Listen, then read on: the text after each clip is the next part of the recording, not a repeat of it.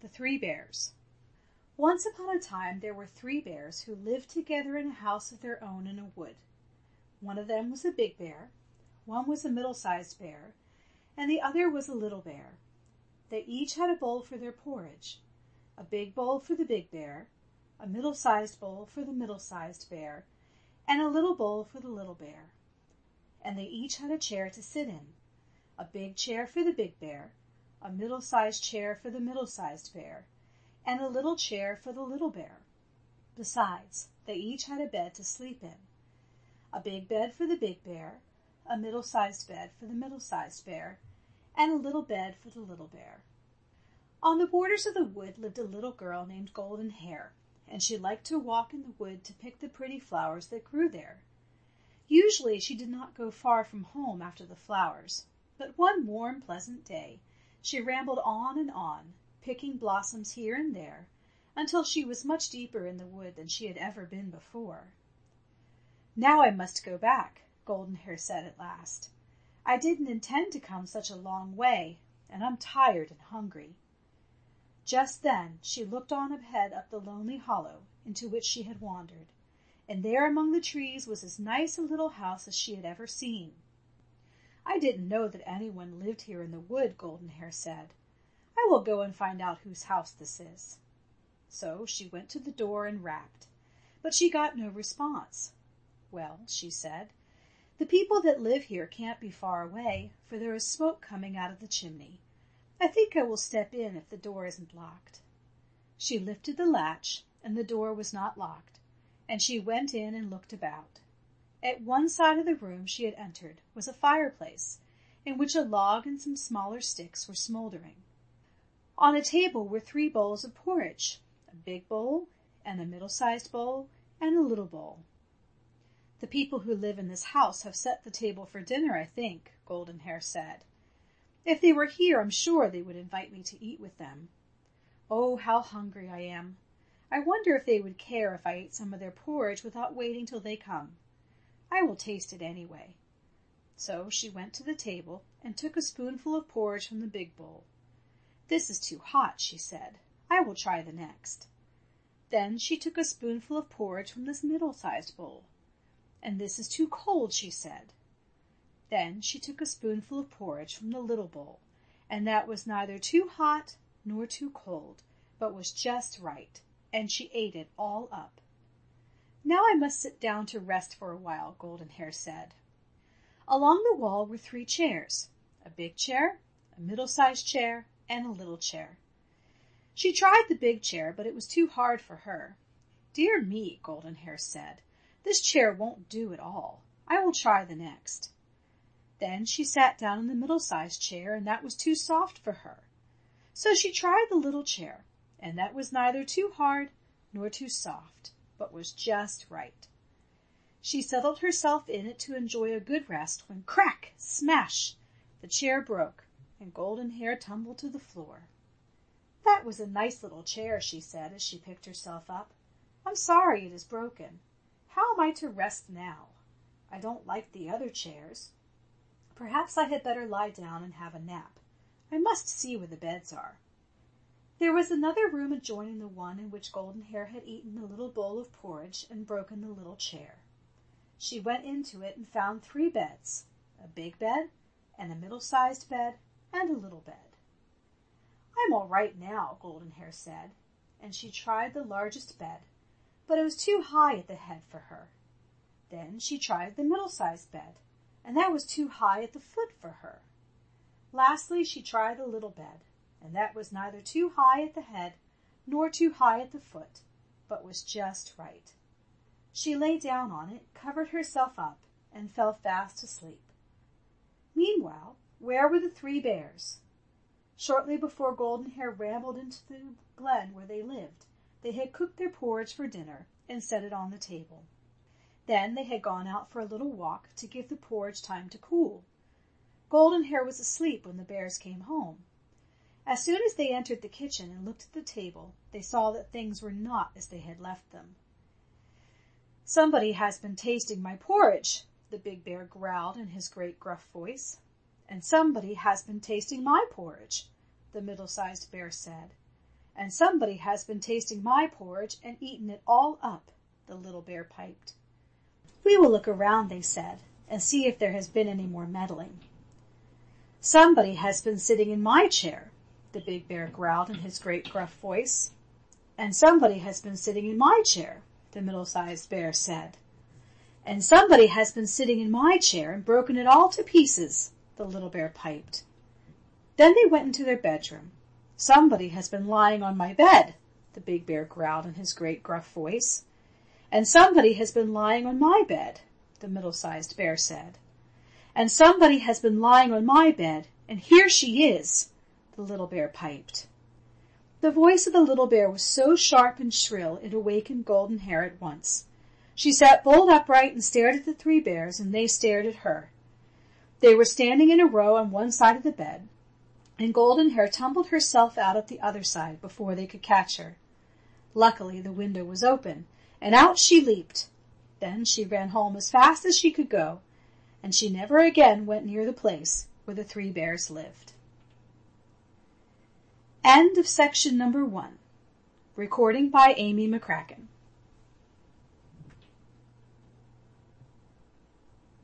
Of Fairy Tale Bears by Clifton Johnson. The Bear and the Skrattel. One Christmas day, when the King of Norway was feasting in the great hall of his palace, he proposed that a present should be sent to the King of Denmark as a pledge of his goodwill.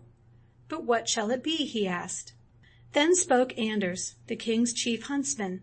Your Majesty, he said, let the present be one of our handsome white bears, that the King of Denmark and his people may see the sort of creatures with which we play. Are you sure that a bear can be sent on so long a journey? Asked the king. And is there any certainty that he would behave himself after he reached the Danish court? Yes, Anders responded, for I have a fellow as white as snow that I caught when he was a cub, and he will follow me wherever I go, play with my children, stand on his hind legs, and conduct himself as properly as any gentleman. I will take him to Denmark myself if you choose. The king was much pleased, and he ordered Anders to set off with his snow-white bear as promptly as possible. So early the next morning, Anders roused Bruin, put the king's collar round his neck, and away they went over rocks and mountains and across valleys and plains, the nearest road to the court of the King of Denmark. It was bright weather, the sun shone, and the birds sang, and they traveled merrily on day after day till they had almost reached their journey's end. Then they came to a gloomy forest, through which they tramped all one afternoon. Toward evening the wind began to whistle through the trees, and the clouds gathered and threatened a stormy night. The road, too, was very rough, and both Bruin and his master were exceedingly weary. What made matters worse was the fact that they had found no wayside inn that day, and as they had not been able to buy food, they had eaten nearly all the scanty supply they carried with them. A pretty affair this, Anders said. Here I am in this lonely forest with an empty stomach, a bear for my companion, and the prospect of a wet bed. The wind increased in volume, the clouds grew darker, and Bruin shook his ears uneasily. Anders was at his wits' end when a woodman came whistling out of the forest, walking beside his horse, which dragged a load of faggots. The traveler stopped him and asked for a night's lodging for himself and his bear. Yet, though the woodman seemed hearty and good-natured enough, and was quite ready to provide shelter for the huntsman, he never had seen such a creature as the bear before in his life, and would have nothing to do with him on any terms. Anders begged hard for his friend, and told how he was bringing him as a present to the King of Denmark, and how the bear was the most good-natured, best-behaved animal in the world. The woodman, however, was not to be moved. He was sure that his wife would not like such a guest, and who could say what the bear might take into his head to do? Moreover, their dog and their cat, their ducks and their geese, would all run away for fright, whether the bear was disposed to be friendly with them or not. No, he said in conclusion, if you and old Shaggyback cannot part, you must spend the night in the forest, though you will have a sad time of it, no doubt. Then he cracked his whip, clucked to his horse, and set off once more on his way homeward. The huntsman grumbled and Bruin grunted as they resumed their plodding along the rough road. But the woodman had not gone far when he stopped his horse and again addressed Anders. "I think I can tell you a better plan than sleeping under a tree," he said. "I know where you can find shelter if you will run the risk of getting into trouble with the mischievous Skrattel, who has taken up his abode in what used to be my house down the hill yonder. I lived in it until last winter, and everything had been going smoothly with us for a long time, but one unlucky night, when the storm blew as it seems likely to do tonight, that spiteful imp took it into his head to visit us. The house has ever since been in an uproar from midnight till the cock crows in the morning. Clattering footsteps run up and down the stairs, and there are many other strange disturbing noises. What the Skrattel is like, no one knows. We have never seen him, nor have we seen anything belonging to him, except a queer little high-heeled shoe that he left one night in the pantry. But though we have not seen him, we know he has a hand as heavy as lead, for when he chooses to thump anybody, down goes that person as if the blacksmith's hammer had hit him. There was no end to the goblin's monkey tricks.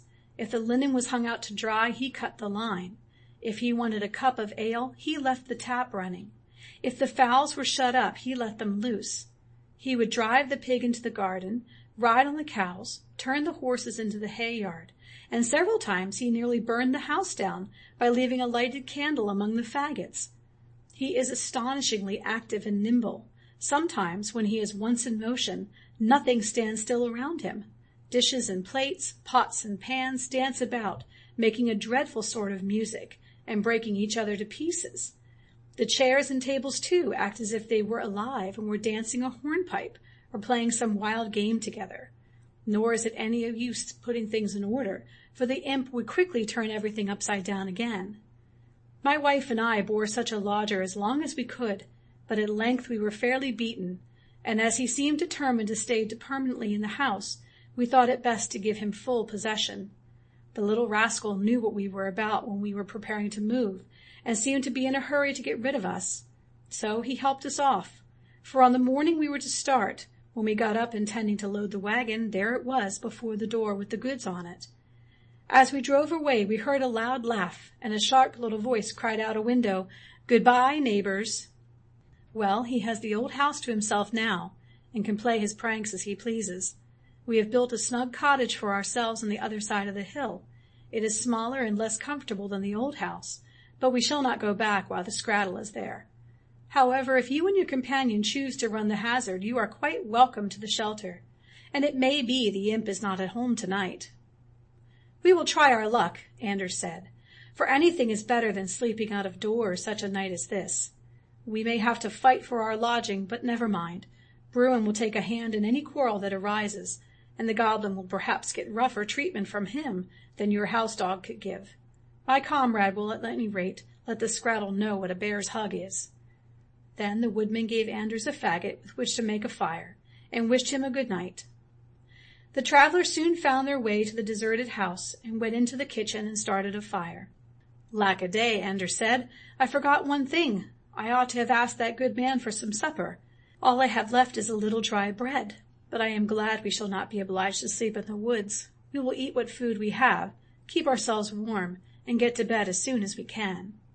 So, after eating their crusts and drinking some water from the well in the yard, the huntsman wrapped himself in his cloak and lay down at the back of the kitchen. Bruin curled up in the corner of the wide fireplace, and both he and his master were soon sound asleep. Midnight came. The fire was out and everything was quiet in the house, but outside a storm was raging. Presently in popped an ugly little Skrattel, not much more than 2 feet high, with a humped back, a face like a dried pippin, and a nose like a ripe mulberry. He wore high-heeled shoes and a pointed cap. On his shoulder he carried a nice fat kid, skinned and ready for roasting. "A rough night, this," the goblin grumbled, "but thanks to that booby woodman, I have a house to myself, and now I'll prepare a hot supper and have a glass of good ale." He at once got busy, and soon the fire blazed up and the kid was put on a spit, and the roasting began. When the meat was sufficiently roasted, the Skrattel transferred it to a covered dish, which he set in the nook of the fireplace to keep warm till he had the table ready. Next he rolled a keg of ale from the closet, drank a glass, and then, in the joy of his heart, rubbed his hands, tossed up his red cap, and danced and sang before the hearth. Meanwhile the huntsman had waked up, and was lying very quiet, looking on from the back of the room. Sometimes he quaked with fear, and sometimes he licked his lips at the thought of the savory supper the Skrattel had prepared, and was half-minded to fight for its possession.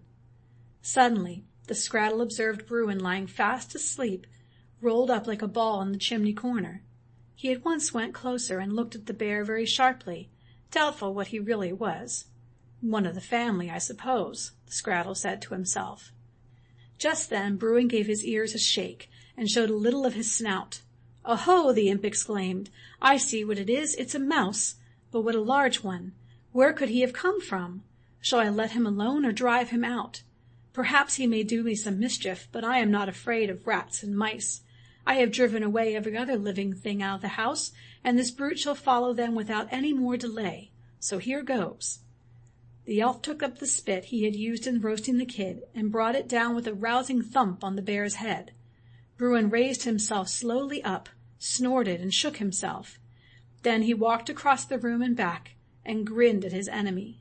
The Skrattel, somewhat alarmed, retreated a few paces, and stood with a spit in his hand preparing for a rough attack.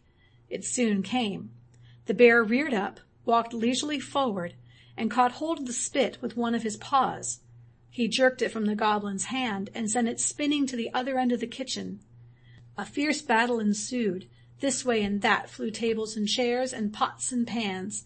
The elf was one moment on the bear's back, pulling his ears and pummeling his body with fists and heels, and a moment later the bear had thrown the Skrattel up in the air, and when he came down treated him with a hug that made the little imp squall. Then the Skrattel would jump up on one of the beams out of Bruin's reach, and soon, watching his chance, would leap down astride of the bear's neck. Meantime, Anders had become sadly frightened. Presently he observed that the oven door was open, and he crept in for shelter from the fray and lay there anxious and trembling. The struggle went on for a long time, and it was not at all clear who would be the winner. The whole house rang with the noise of the biting, scratching, snarling, screeching, growling, and pounding. At last, however, the elf seemed to be growing weaker. The rivals had paused for a moment to get breath, and the bear was about to attack again when the Skrattel dashed his red cap right in the bear's eyes, and while Bruin was half blinded and smarting with the blow, the imp darted to the door and was gone from sight into the night, though the wind blew in a gusty gale, and the rain was falling in torrents. "Well done! Bravo, Bruin!" the huntsman cried as he crawled out of the oven and ran and bolted the door. "You have combed that fellow's locks finely, though you yourself are also rather the worse for the battle. But come, let us make the best of the good cheer our friend has left us." Accordingly, they set the overturned table on its legs, put the room somewhat to rights, brought the roasted kid from the nook of the fireplace where it had escaped harm, and enjoyed a hearty feast. When they finished, the huntsman jovially wished the Skrattel a good night and pleasant dreams, and lay down and slept till sunrise. Bruin slept also, as well as his aching bones would let him. In the morning, the huntsman made ready to continue on his journey. Scarcely had he set foot on the highway when he met the woodman, who eagerly inquired how he had passed the night. Anders described the elf, and told how the bear had vanquished him. "I fancy," Anders said in conclusion, "that you are now well rid of the gentleman. He is not likely to come where he thinks he runs the risk of getting any more of Bruin's hugs. If we have driven away the Skrattel, you are amply rewarded for your entertainment of us, which, to tell the truth, was none of the best. For if your ugly little tenant had not brought his supper with him, we should have empty stomachs this morning." So saying, the huntsman and Bruin, his fellow traveler, journeyed on. Let us hope they reached the King of Denmark safely, but as to their further adventures I know nothing. The woodman, in the days that followed, kept sharp watch of his old house to determine whether the Skrattel would return, or whether the bear had thoroughly frightened him out of his former haunt. 3 nights passed, and the house showed no signs of the Skrattel's having revisited it, and the woodman began to think of moving back. On the 4th day, while at work in the forest, a chilly scud of sleet and rain drove him to the shelter of a tree. As he stood there leaning against the tree trunk, he heard a little cracked voice singing, or rather croaking, for the singer's tones and the words of the song were equally mournful. The woodman crept quietly along in the direction whence the sound came, and presently peeped over some bushes and saw, seated on a mossy tussock, the very same little man whom the huntsman had described to him. The goblin had no hat or cap on his head. His face was woebegone, and his legs were scratched as if he had been crawling through a bramble thicket. He was evidently sadly in the dumps at the loss of the good cheer and shelter of the woodman's cottage. "Sing us another verse," the woodman said when the song came to an end. Instantly the little imp jumped up, stamped his feet with rage, and was out of sight in the twinkling of an eye. The woodman finished his work and was going home in the evening, trudging along by his horse's side, when he saw the little goblin standing on a high bank beside the road, looking as grim and sulky as before. "Hark ye, bumpkin," Skrattel cried. "Is your great cat alive and at home still?" "My cat?" the woodman said wonderingly. "Yes, your great cat," the little imp shouted wrathfully. Then it occurred to the woodman that the Skrattel was referring to the bear. "Oh, to be sure, my cat," the woodman said. "Certainly, she is alive and well, and could be happy to see you whenever you will do us the favor to call. As you seem to be so fond of my great cat, you may like to know that she had 5 kittens last night." "5 kittens," the elf muttered. "Yes," the woodman said, 5 of the most beautiful kits you ever saw, and so like the old cat. It would do your heart good to see the whole family. They have such soft, gentle paws, such delicate whiskers, and such pretty little mouths.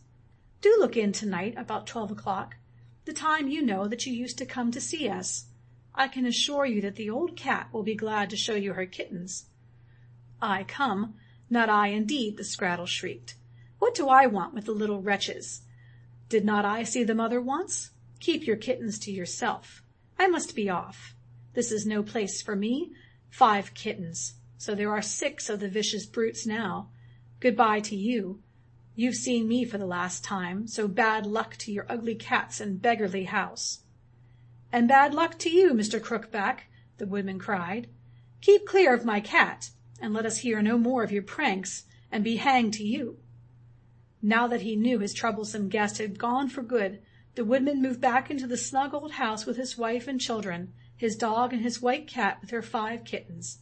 There they lived happily, for the Skrattel never came to see them any more. End of section number 2. Recording by Amy McCracken.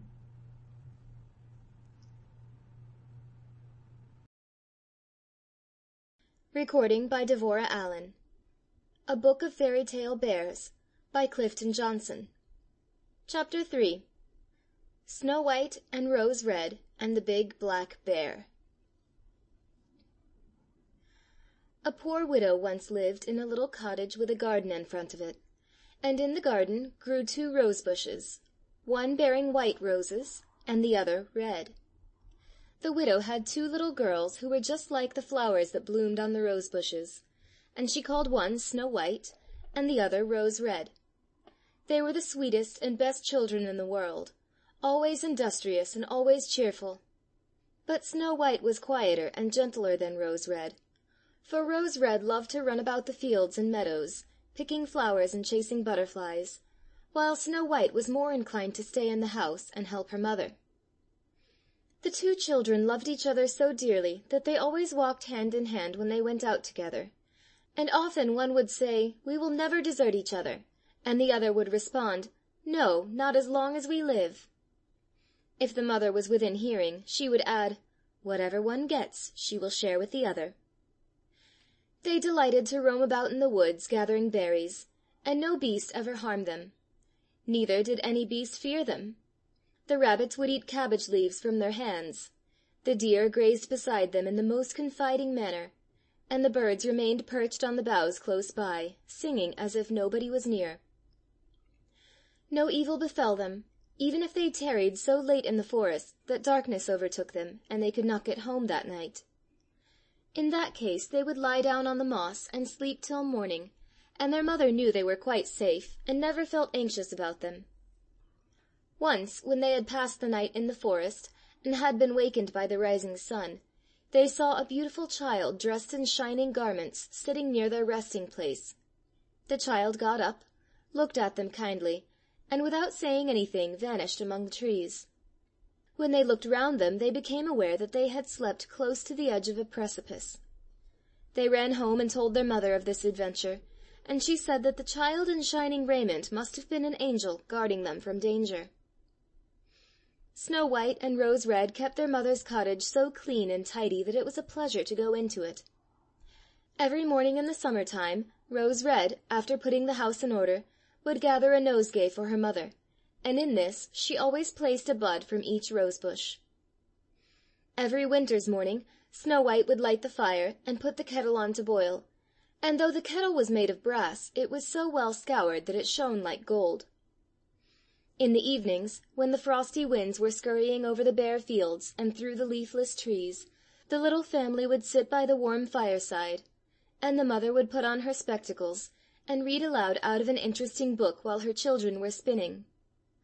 Beside them on the floor lay a little lamb, and behind them perched a small white dove with its head tucked under its wing. One evening, as they sat thus cosily together, there came a knock at the door, and the mother said, "Make haste, Rose Red, and open the door. Very likely some poor wanderer is seeking shelter." So Rose Red unbarred and opened the door, expecting to find a man outside, but instead a great black bear poked in his head. Rose Red gave a startled scream and sprang back. The lamb began to bleat, the dove fluttered on its perch, and Snow White ran and hid behind her mother's bed. "Don't be afraid," the bear said. "I won't hurt you. I am half frozen and only wish to warm myself." "You poor bear," the mother said. "I think you had better lie down by the fire, but take care not to burn your fur." Then she spoke to her children. "Come back to your spinning," she said. "The bear is a good honest fellow who will do you no harm." So they returned to the hearth, and the bear said, "Children, I wish you would brush the snow from my fur." Then they fetched their brooms and brushed him off. After that the beast stretched himself in front of the fire, and was quite happy and comfortable. In a little while the children became familiar enough to play tricks on their shaggy guest. They pulled his fur, climbed over him, and even ventured to beat him with a hazel stick. If he growled, they only laughed. The bear submitted to everything good-naturedly, but when they went too far, he cried out, "Spare my life, you children, Snow White and Rose Red. Don't beat your good friend dead." When it was time to retire for the night, and the children had gone to bed, the mother said to the bear, "You can sleep on the hearth if you like, and so be safely protected from the rough winter weather." As soon as day dawned, the children let the bear out, and he trotted away over the snow into the wood, but he returned in the evening, and thus it was every day for a long time. Always when he came into the house, he lay down on the hearth, and he let the children play what pranks they pleased with him. Even the lamb and the dove gradually recovered from their fears. He became like one of the family, and the door was never bolted for the night until he arrived. When spring came, and everything outdoors was green again, the bear one morning said to Snow White, "Now I must go away, and I shall not return until the summer is past." "Where are you going, dear bear?" Snow White asked. "I must go to the forest and guard my treasures from the wicked dwarfs," he said. "In winter, when the earth is frozen hard, they are obliged to remain underground, but now they are beginning to come up to spy the land and steal all they can. What they once get possession of they conceal in their caves, and it is not easily recovered." Snow White was quite sad as she unbarred the door, and watched the bear hurry away and disappear among the trees. A short time after this, the mother sent the children into the wood to gather faggots. In their wanderings they came to a tree which lay on the ground. Near the roots, at some distance from where they were, they saw something on the tree trunk that kept bobbing up and down, and they could not imagine what it was. They went closer, and saw that the strange object was a dwarf with a wizened face, and a white beard a yard long. The end of the beard was caught in a cleft of the tree, and the little man jumped about like a dog at the end of a string. He evidently did not know how to free himself, and he glared at the girls with his fiery red eyes, and cried out, "What are you standing there for? Can't you come and help me?" "What are you doing, little man?" Rose Red asked. "You stupid, inquisitive goose!" the dwarf exclaimed. "I wanted to split the tree and cut it up into wood proper for my kitchen fire. The great sticks which you use would burn up our food in no time. We don't need to cook such a quantity as you greedy folk. but the wedge I drove into the tree trunk flew out, and the crack closed and caught my beautiful beard. So here I am, unable to get away, and you silly milk-and-water girls just stand and laugh. Ugh, what wretches you are!" The children tried to pull the dwarf's beard out, but they did not succeed. "I will run and fetch help," Rose Red said at length. "Crack-brained sheep's head that you are," the dwarf snarled. "What is the use of calling anyone else? You girls are too many for me now. Can you think of nothing better than that?" "Don't be so impatient," Snow White said. "I know what to do." And she took her scissors out of her pocket and snipped off his beard close down to where it was caught in the log. As soon as the dwarf felt himself at liberty, he snatched up a bag full of gold that lay among the tree roots, and marched off grumbling and groaning. "Stupid wretches," he said. "They have cut off a piece of my beautiful beard. Plague take them!" And away he hurried, without as much as looking at the children again. Not many days later, Snow White and Rose Red went to a pond a-fishing. As they approached the fishing place, they saw something which looked like an enormous grasshopper jumping about on the shore. They ran forward, and recognized their old acquaintance, the dwarf. "What are you trying to do?" Rose Red asked. "Surely you are not going to jump into the water?" "I'm not such a simpleton as to do that," the dwarf retorted. "Don't you see that a horrid fish is trying to drag me in?"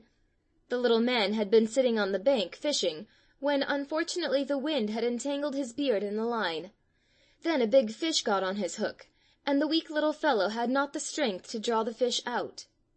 The fish was having the best of the struggle, and though the dwarf grabbed at the reeds and bushes, he was being dragged nearer and nearer the water. The girls arrived just in time to prevent a catastrophe. They caught hold of him, and held him firm, and tried to disentangle his beard from the line, but in vain.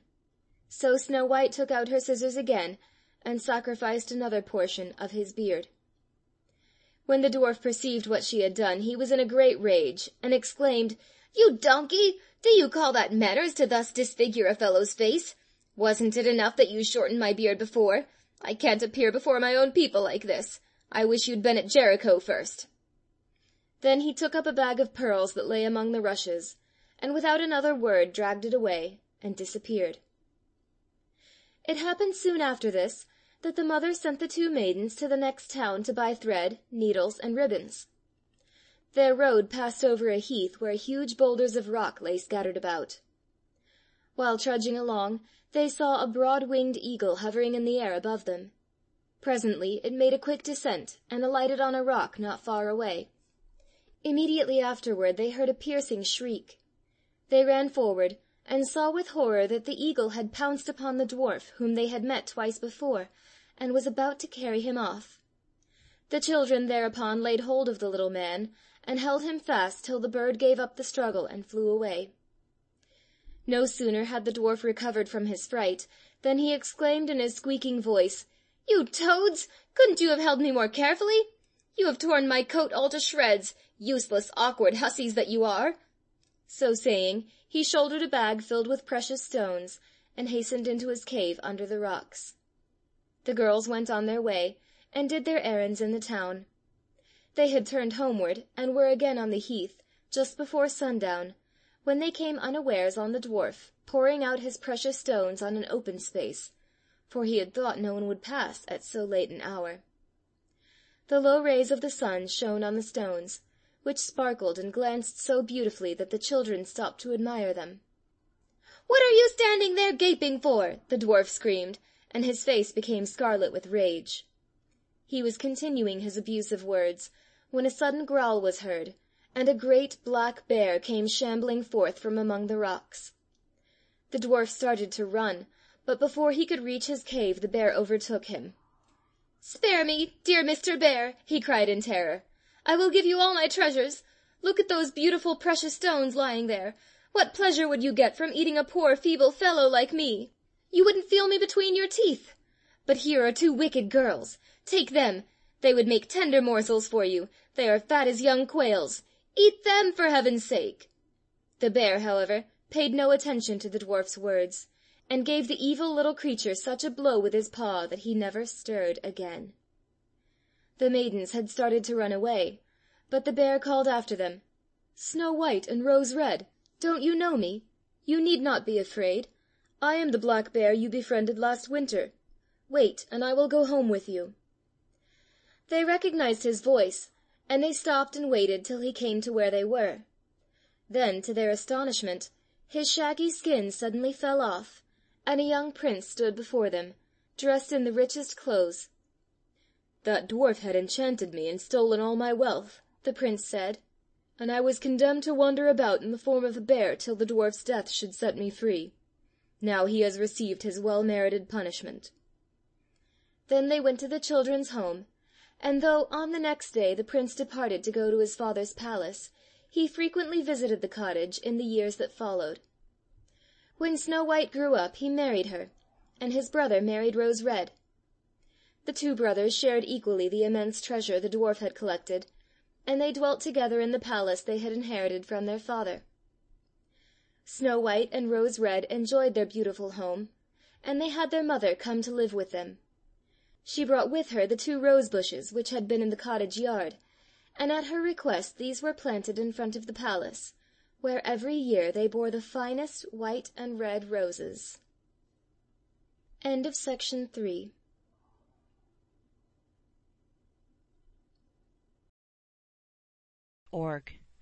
Recording by Linda Marie Nielsen, Vancouver, BC. A Book of Fairy Tale Bears by Clifton Johnson. The Bears and the Magician. Once an old Indian magician was walking through the forest when he saw a great company of wolves gathered in a circle about one of their number who was evidently their chief. The old magician drew near and said, "Wolf Chief, I am often hungry and unable to secure food.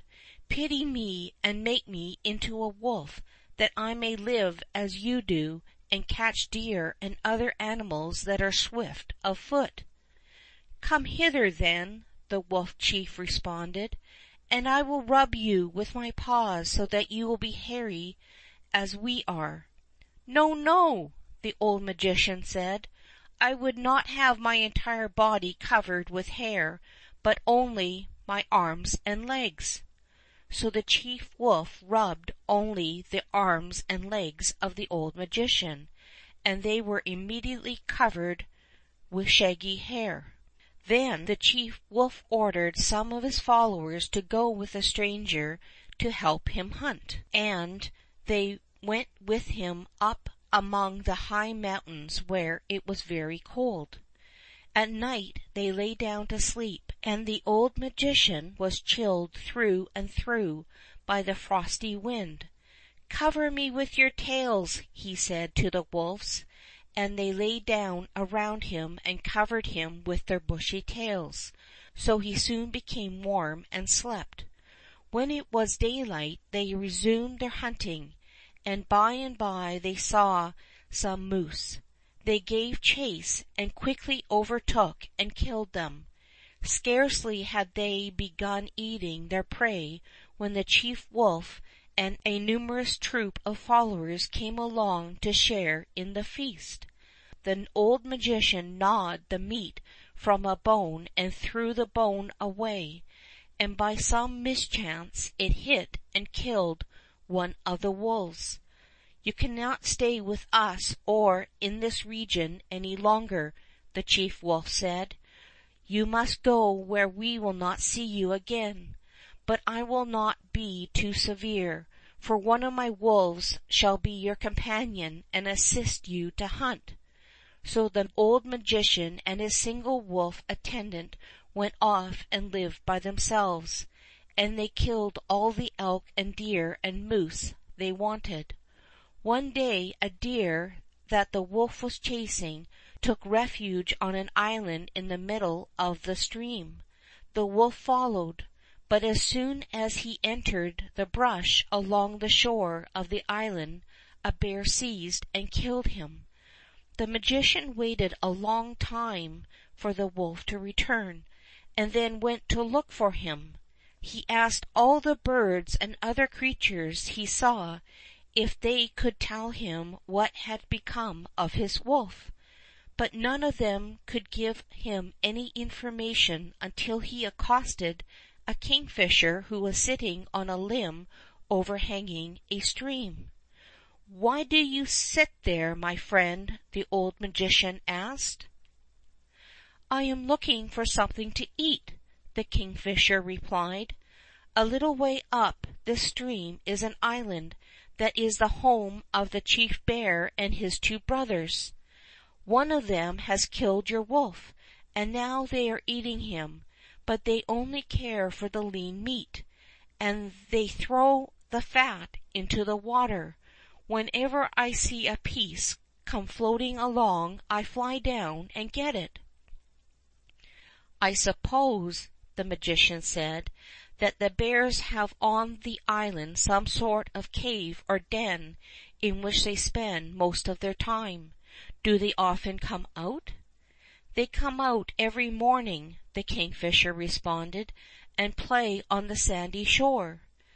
The old magician went to the island and saw the bears' tracks in the sand where it was their custom to play, and he turned himself into a dry, dead tree on the adjacent bank. There he waited till the bears appeared. When they saw the tree, the chief bear said, "Look at that dead tree. It is the old magician. Brothers, go and see if it is not." So the two brothers of the chief bear went to the tree and clawed it, but the old magician never moved or cried out. "No," they said, "it is only a tree." Then the chief bear went and clawed and bit the tree, and although this hurt the old magician sadly, he never moved or cried out. That made the chief bear sure that the tree was really a tree, and he began to play with his brothers. As they were rolling about, the old magician assumed his human form, leaned over the edge of the bank, and shot a well-aimed arrow into each of the three bears, and they fell lifeless on the sand. Afterward he crossed to the mainland and walked down beside the stream. Pretty soon he met a frog leaping hastily along in the opposite direction. Every time the frog jumped, it would say, "Chief Bear," and occasionally it would stop and add, "I bring healing to Chief Bear and his brothers." "Ha!" the old magician exclaimed. "Tell me what you mean by that." "Why, they have been killed," the frog said, "and I am going to give them some medicine that will make them as much alive as ever." "No, you are not," the magician declared, and he spoke so threateningly that the frog turned back. Then the magician retraced his steps to the island. "I will not have those rascally bears restored to life," he said. So he made a big fire, skinned the bears, and roasted the meat in such a way that all the grease ran into a hollow of the ground. That done, he summoned all the animals in the forest to come and roll in the pool of grease, and promised them that this oily bath would make them fat. The bears came first and rolled in the grease, and that is the reason there is so much fat on a bear's body. Last of all came the rabbits. By that time the grease was nearly gone, but they filled their paws with it, and rubbed it on their backs and between their hind legs, and that is why every rabbit now is so fat in those places. End of section number 4. Recording by Linda Marie Nielsen, Vancouver, BC.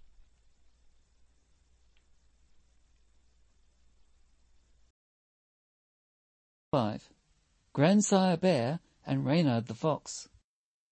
At dawn one day, Bruin came tramping over the bog with the fat pig on his shoulder, and scarcely had he finished crossing the bog when he was accosted by Reynar, who was sitting on a wayside stone. "Good day, Grandsire," the fox said. "What's that so nice that you have there?" "Pork," Bruin replied. "Well, I have a dainty bit too," Reynar said. "What is it?" the bear asked, laying down his burden. The biggest wild bee's comb I ever saw in my life, Reynar declared. Indeed, you don't say so, Bruin said, and licked his lips at the thought of how good the honey would taste. Will you swap it for my pork? He asked, after meditating a few moments. No, no, Reynar responded. I can't do that. But after some further talk they agreed to each select and repeat the names of 3 trees.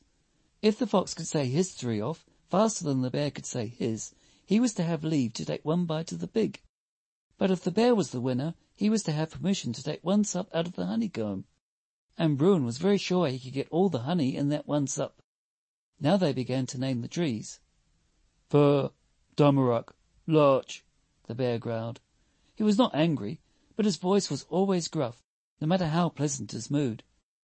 Ash, aspen, oak, Reynar cried, and he won, for Bruin had only named 2 trees. Larch and tamarack are different names for the same kind of tree, the fox said, and he pounced on the pig and took the heart out at 1 bite. You've taken the very best part of my pork, the bear snarled, and he made a grab at the fox, caught hold of his tail, and held him fast. Let me go, the fox begged. I'll make amends. You shall have a taste of my honey. When Bruin heard that, he loosed the fox, and away went Reynar after the honeycomb.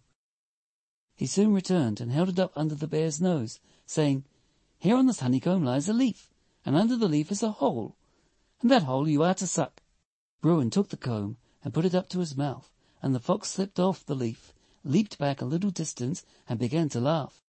For instead of a honeycomb, he had landed the bear a hornet's nest as big as a man's head.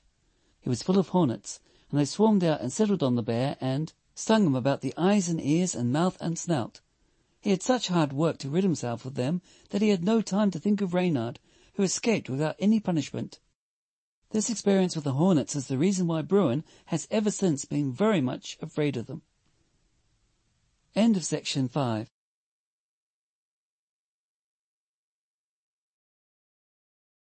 .org. Recording by Linda Marie Nielsen, Vancouver, BC. A Book of Fairy Tale Bears by Clifton Johnson. The Young Hunters and the Bears. In a small hut, right in the middle of the forest, lived a man and wife and their 3 sons and a daughter. One winter morning, after a night of snow, the 3 sons started off to hunt. They kept together for some time, but presently came to a place where their path divided, and one trail led away to the right and another to the left. The youngest brother decided to follow the left-hand trail.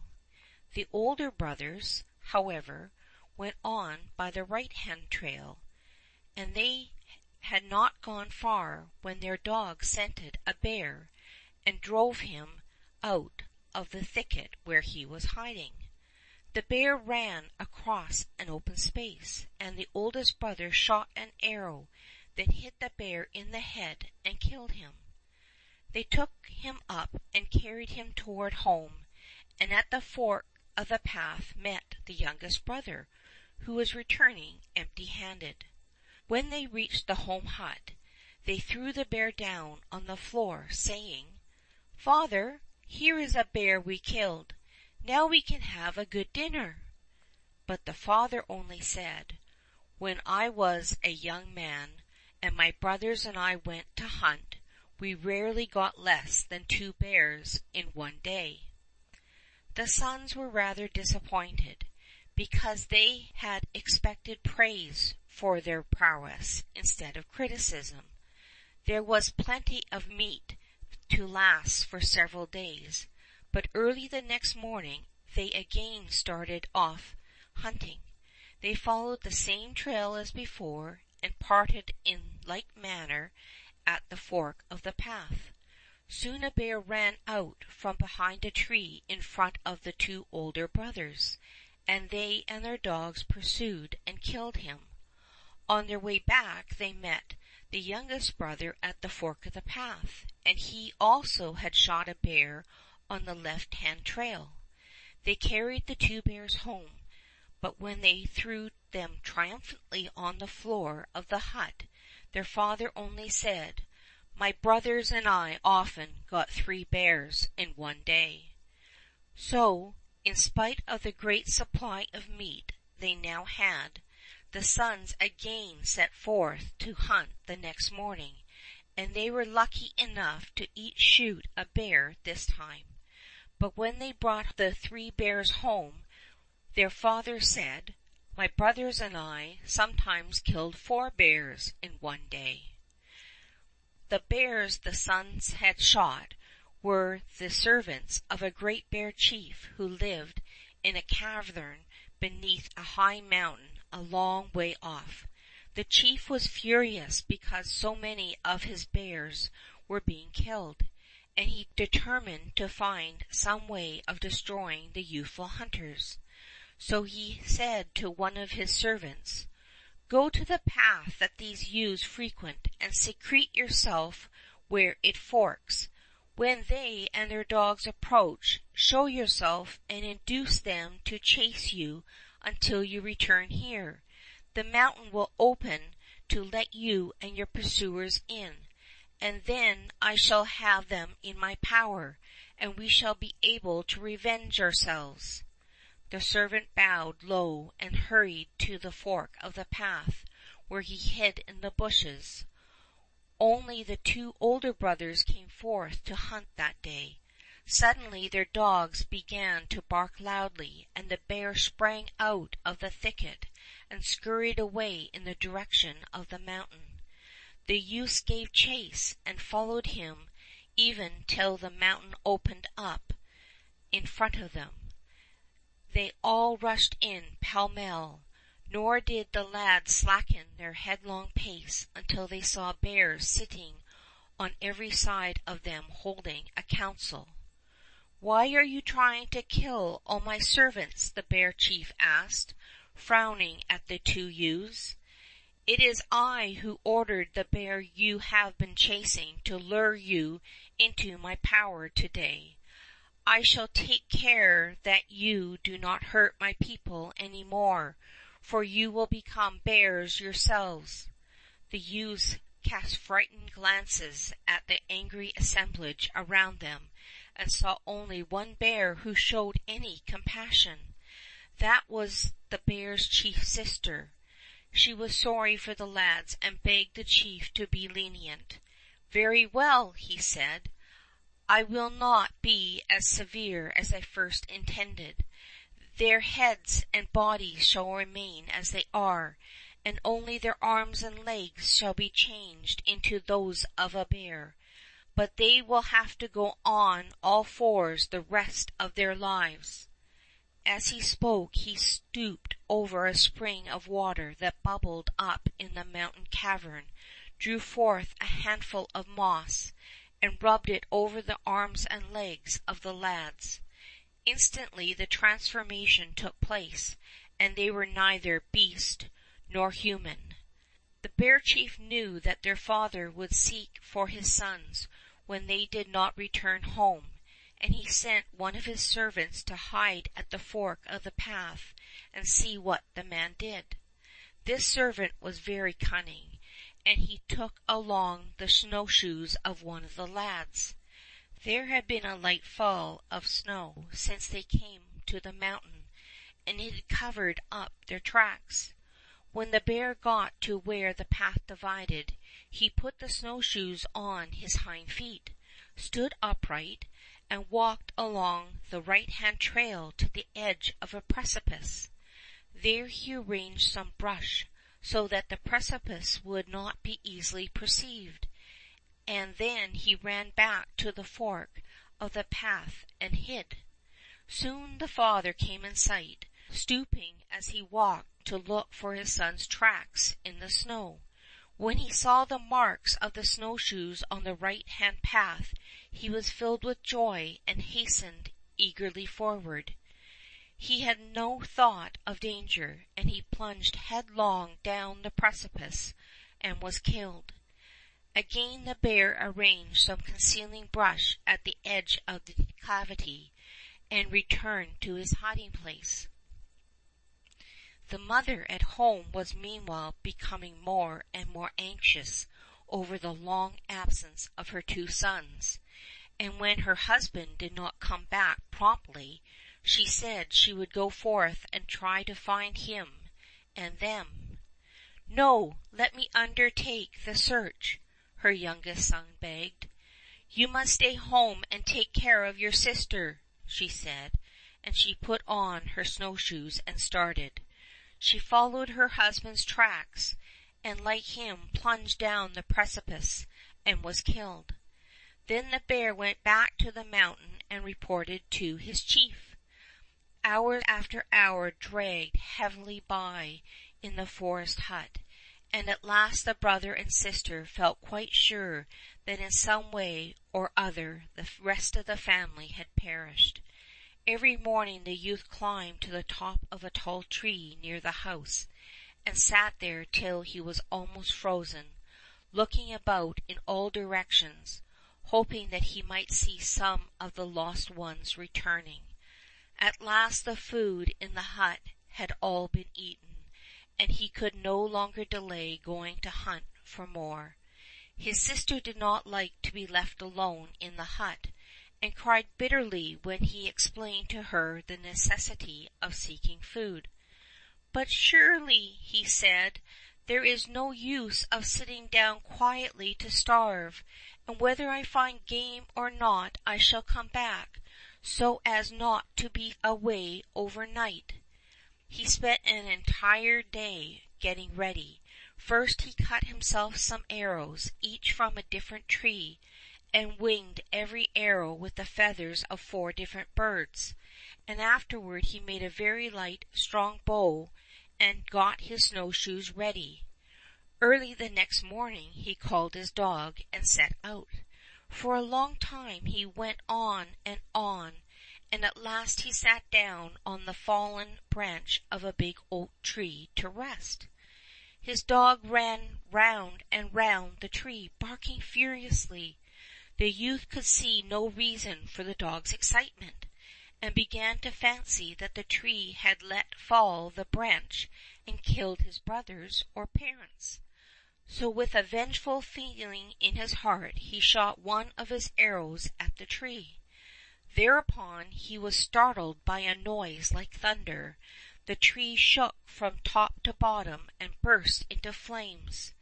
In a few minutes nothing remained where it had stood but a heap of ashes. The youth knew not what to make of the occurrence, and after puzzling over it for a while he went on. Soon he came to a patch of bushes, and his dog dashed along the edge of it, barking loudly. A bear rushed out and sped away towards the mountains as fast as it could go, with the dog following close behind. The lad gave chase also, but presently the thong of his snowshoes broke, and he had to stop to mend it. That allowed the dog and bear to get so far ahead he could hardly hear the dog's barking. "Now," he said to his snowshoes, "you must go as fast as you can, or I shall lose the dog as well as the bear." He hurried forward with all possible speed, and by came to the mountain that was the home of the bear chief, and which the bear and dog had already entered. The bear chief's sister was looking out of a window, and she could not help pitying the young lad just as she had his brothers. He wondered much over the disappearance of the 2 animals, but while he paused to think what he would do next, he fancied he heard the dog's voice on the opposite side of the mountain. With great difficulty he scrambled up the steep rocks and forced his way through tangled thickets. When he reached the other side, the dog's barking seemed to proceed from the place whence he had come. So he started back, but at the very top of the mountain, where he stopped to rest, he observed that the barking was directly beneath him. Instantly he knew where he was and what had happened. "Let my dog out at once, Bear Chief," he cried. "If you do not, I shall destroy your palace." But the bear chief only laughed and said nothing. This made the boy very angry, and when he had descended the mountain he turned and shot an arrow straight at it. Immediately there was a deep rumbling sound. Flames broke out, and the whole mountain crumbled and was consumed. All the bears perished in the fire except the bear chief's sister. She was spared because she had tried to save the two elder lads from punishment. As soon as the fire had burned itself out, the young hunter went seeking for his brothers among the ruins of the mountain, and soon he found them, half bear, half human, coming towards him on all fours. When they got to where he was, they rose on their hind legs and put their shaggy forepaws on his shoulders, and the three cried together over the elder's too sad plight, which none of them knew how to remedy. But now the bear chief's sister came gently to them and said to the younger hunter, "Yonder is a spring. Take some moss from it, and you need only to have your brothers smell the moss to restore them to their proper form." All three ran to the spring.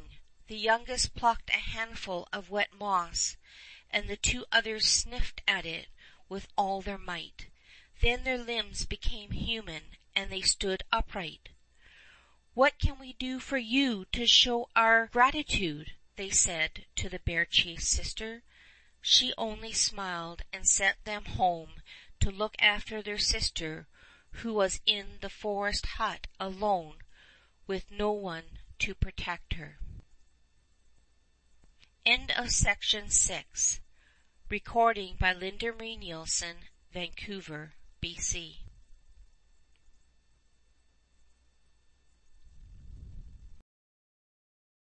A Book of Fairy Tale Bears by Clifton Johnson. The Bear and the Wrens. One summer's day a bear and a wolf were taking a walk in a wood when they heard a bird singing very sweetly.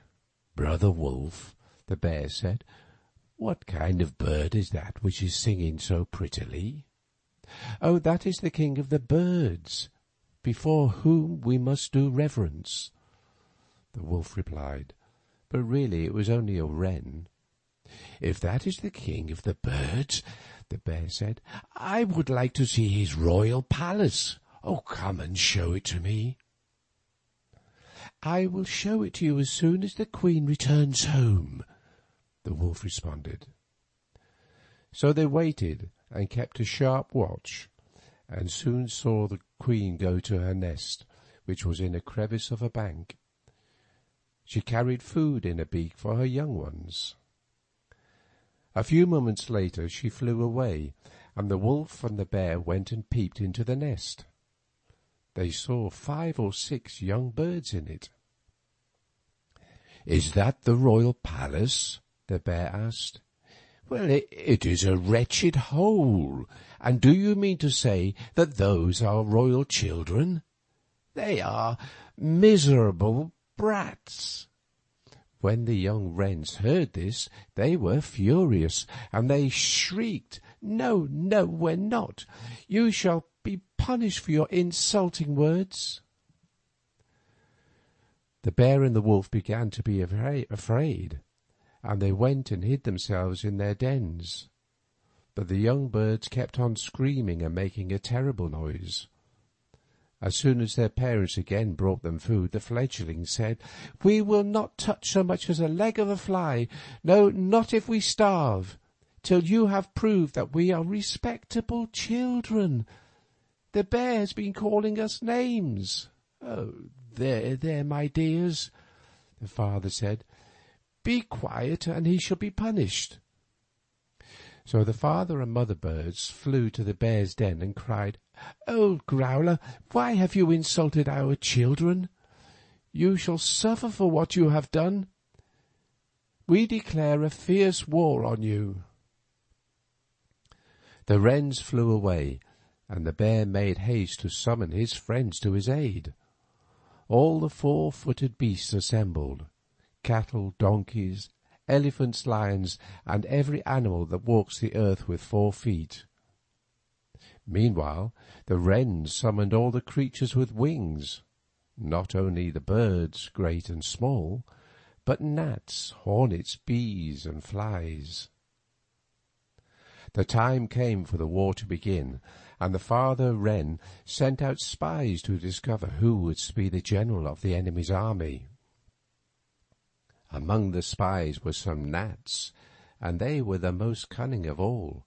One of these gnats flew to a wood and discovered the 4-footed beast holding a council beneath a tree.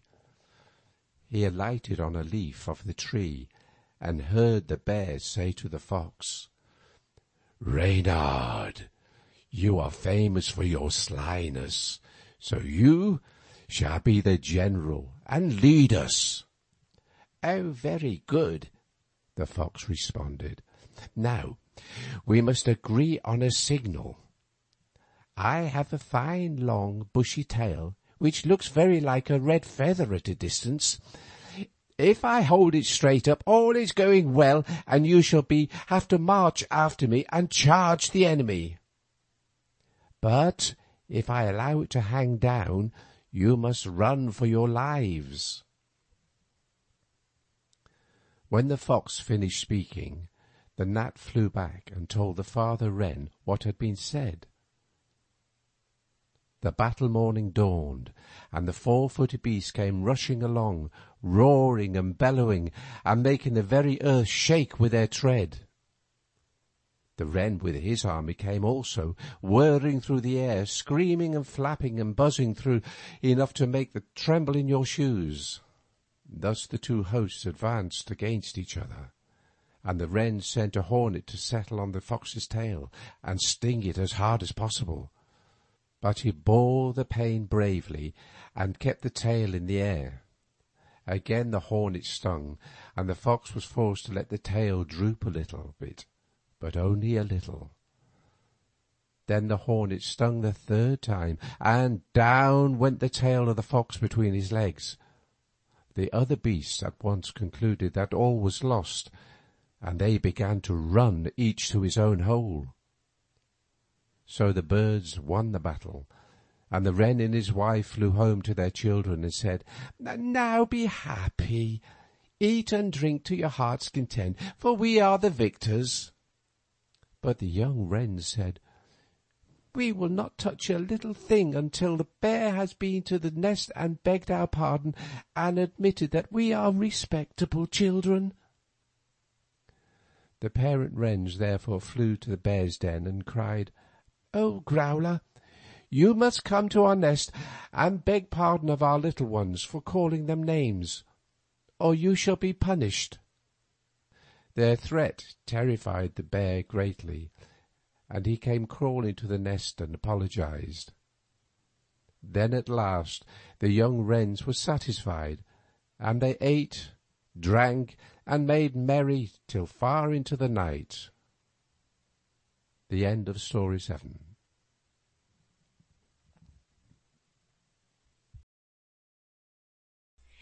Recording by Linda Marie Nielsen, Vancouver, BC. A Book of Fairy Tale Bears by Clifton Johnson. The Bear and the 2 Huntsmen. 2 huntsmen who were in need of money went to a fur dealer to sell him a bearskin. But they could not show him the skin, for as yet it was on a live bear that rambled free in the forest. However, they promised that they would soon kill the creature and bring his hide to the fur dealer's shop. "And he is a very king of bears," they declared, "the biggest bear under the sun. We would wager that his skin is cheap at double the price we ask. It will make 2 robes where an ordinary skin would only make 1.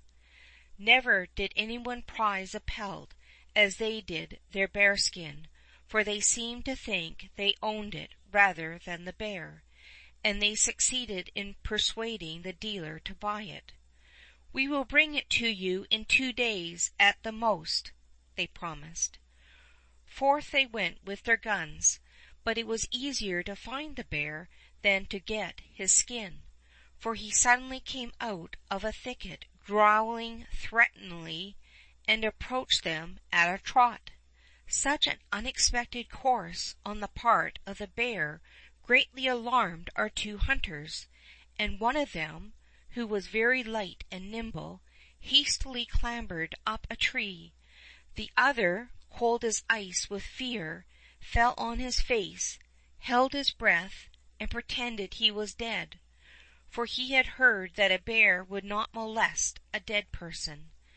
Such a blockhead was the bear, that he actually believed that the man lying there full length on the ground was a corpse. Yet he half suspected some deceit, and he smelt and snuffed the prostrate hunter from head to foot. "Yes, yes, the fellow's dead," the bear muttered, "and his decaying flesh has an odor that is far from sweet. Well, I'll leave the body where it is, to be devoured by the carrion crows." Then off he shambled into the woods. After the bear had disappeared, the hunter in the tree cautiously descended, and went to his companion lying in the dirt. He helped him up and said consolingly, "It is not surprising that the monster forced us asunder, and we can rejoice that we are more scared than hurt. But how about the creature's skin?" he asked with a smile and a jovial wink. "I observed that the bear held his muzzle very close to your ear. What did he whisper to you?" The other replied thus. He gave this caution: "Never dare again to sell the skin of a bear. Its owner has not ceased to wear." End of section 8. Recording by Linda Ray Nielsen, Vancouver, BC.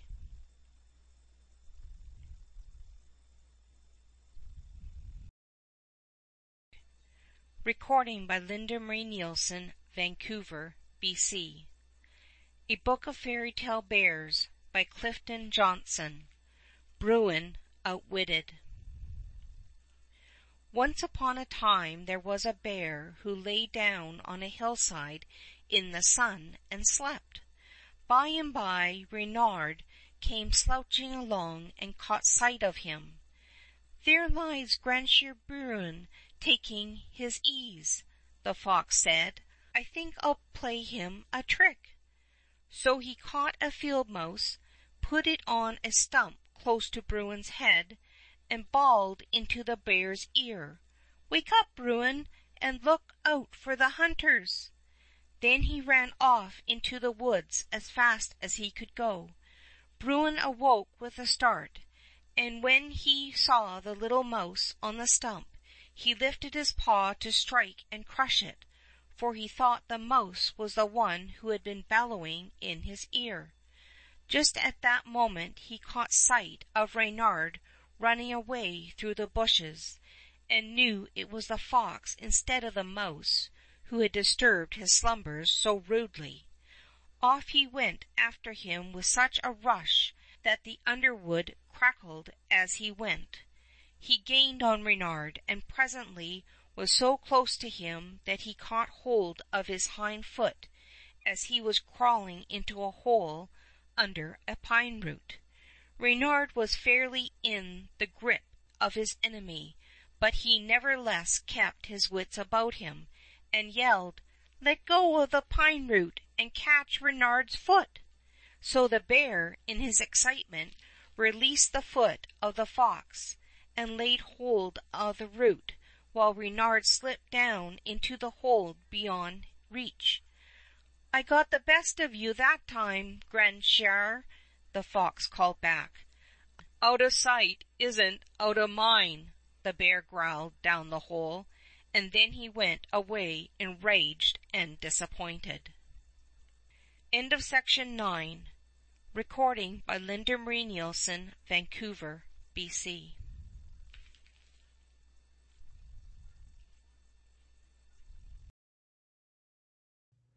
The Bear's Bad Bargain. Once upon a time an old woodman lived with his wife in a tiny hut close to a rich man's orchard.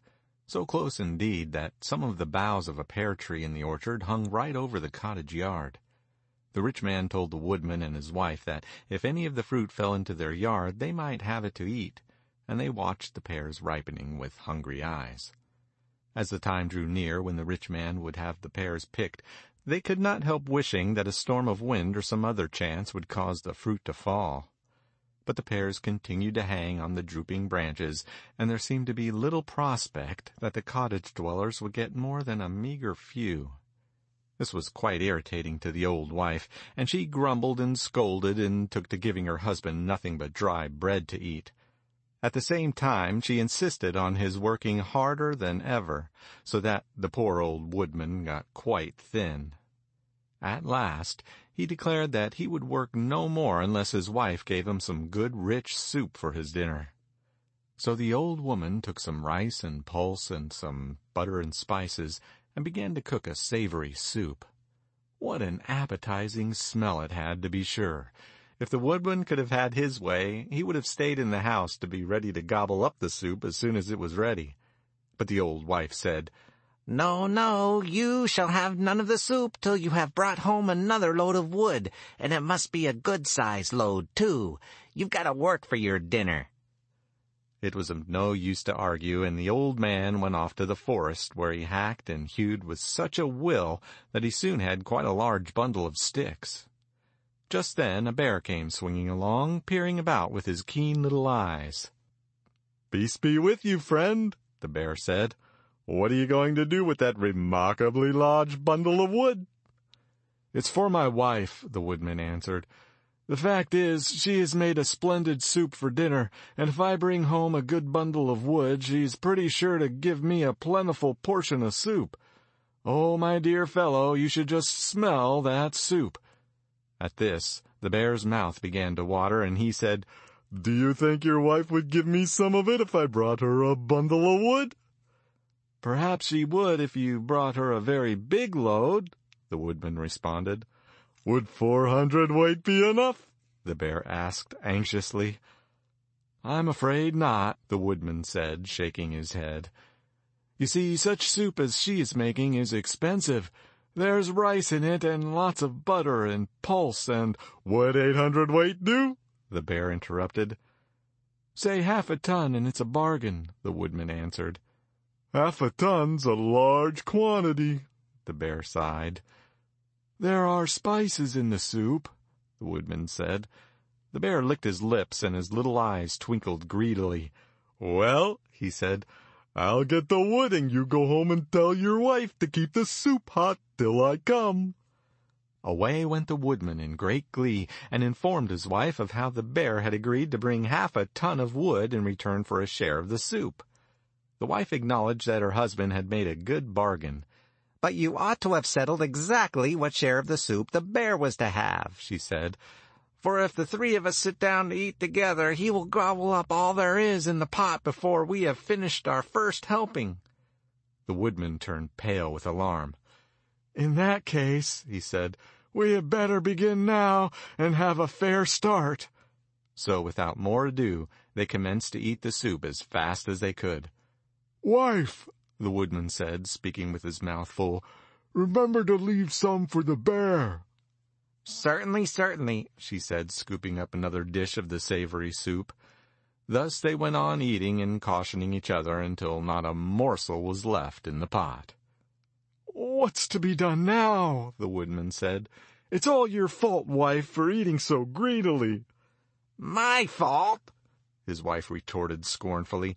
"Why, you ate twice as much as I did." "No, I didn't," he said. "Yes, you did," she repeated. "Men always eat more than women."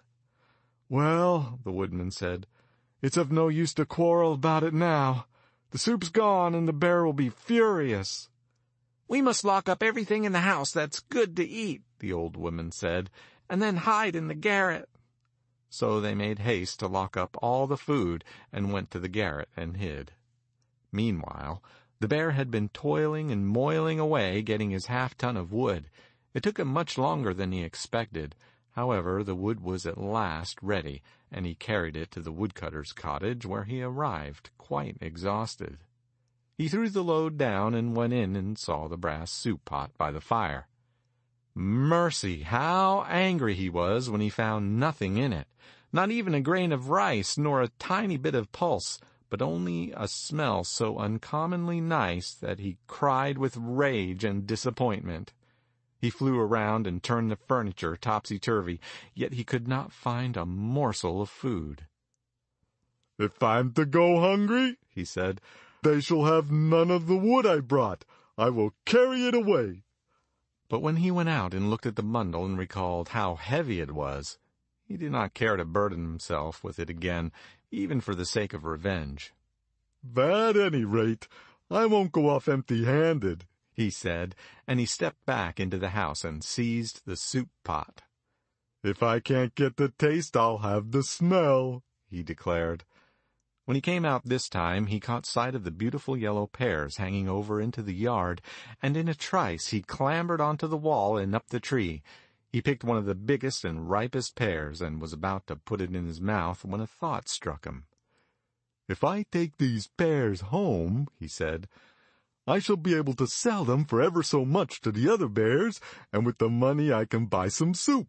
Ha ha! I shall have the best of the bargain after all."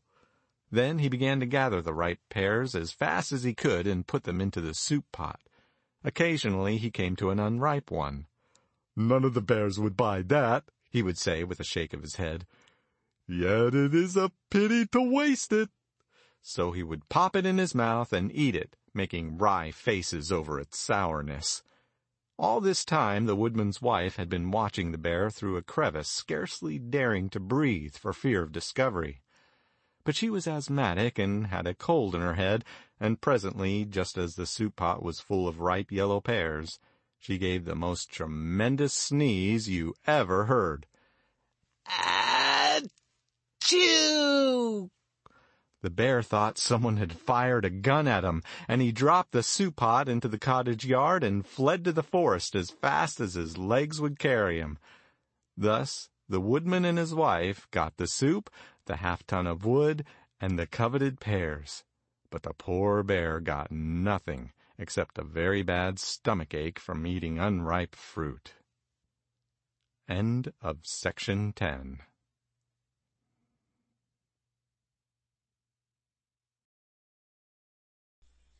Recording by Linda Marie Nielsen, Vancouver, BC.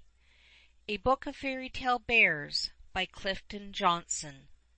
The Bear in the Forest Pitfall.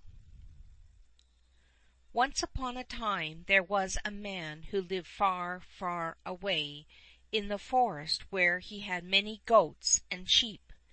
But his flock suffered greatly from Greylegs, the wolf, and at last the man said, "I must trap this thieving Greylegs." So one winter day he went to work digging a large square pitfall, and when he made the hole deep enough, he set up a pole in the middle, and on the top of the pole fastened a board, and on the board he put a little dog.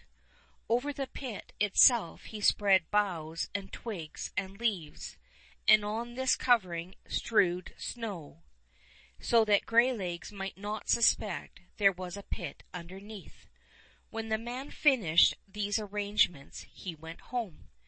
By and by night came, and the little dog grew weary of sitting there, and began to bark at the moon. "Bow wow, bow wow," he said. Soon a fox came slouching and sneaking along. He saw the little dog and thought that here was a fine chance for getting something to eat, so he gave a jump and went head over heels down into the pit.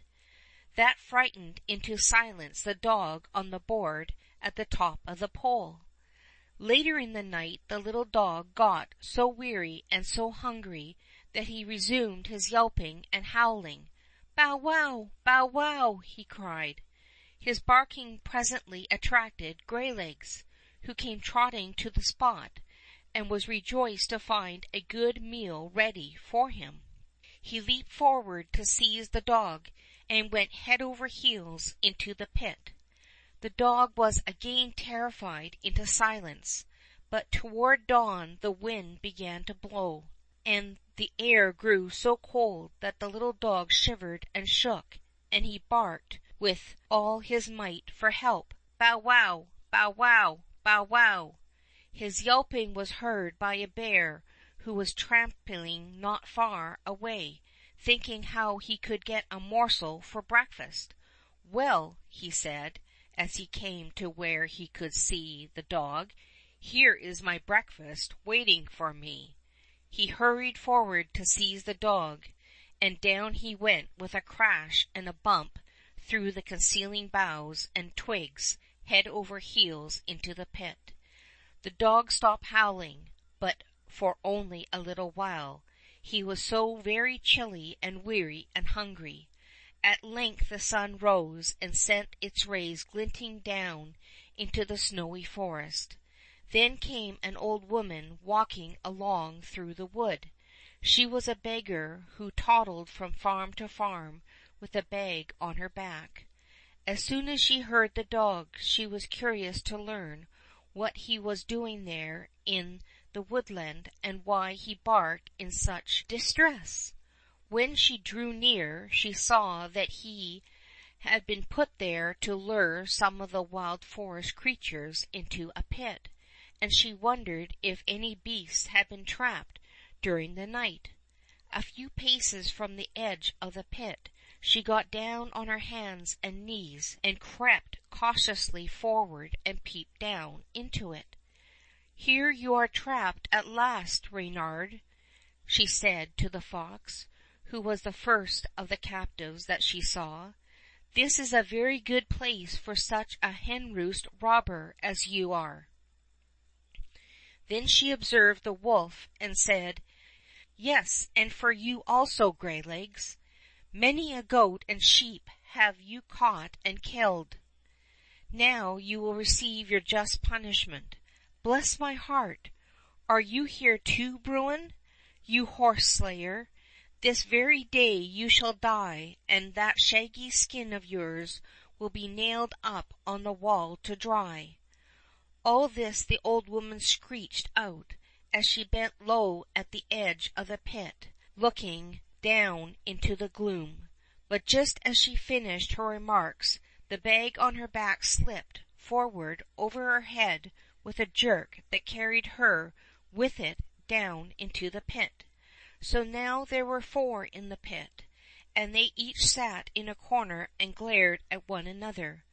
Presently Reynard began to twist and turn and peer about, trying to discover some way to get out. "Sit still, you whirligig thief!" the old woman cried. "Do as Bruin does. There he sits as grave as a judge." She thought the bear's friendship was worth cultivating under the circumstances, and she hoped her compliment would win his favor. But now the man arrived who owned the pitfall. First he drew up the old woman, and afterward he slew the 3 beasts. So he was troubled no more by Reynard or Greylegs or Bruin, and his flocks throve much better than ever before. End of section 11. Recording by Linda Marie Nielsen, Vancouver, BC.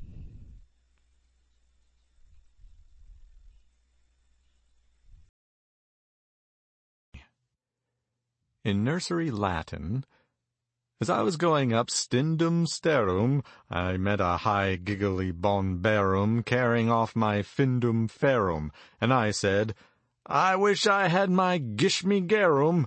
I'd show that high giggly bonberum how to carry off my findum ferum." Translated into plain English, as I was going upstairs, I met a bear carrying off my pig, and I said, "I wish I had my gun. I'd show that bear how to carry off my pig." End of section 12.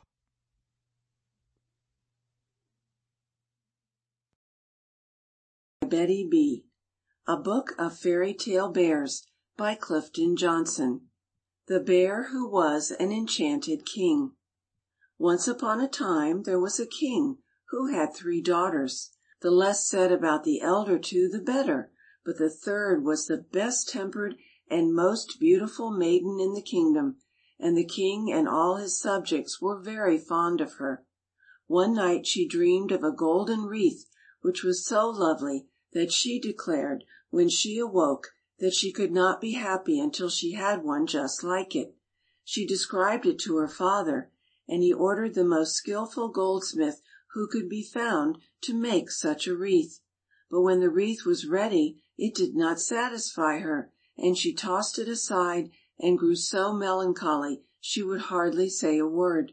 As she was walking one day in the woodland, she saw a white bear who was playing with the very wreath of which she had dreamed. "Will you sell me that wreath?" she asked. "No," he said, "it is not for sale, but you can have it if you will let me have you."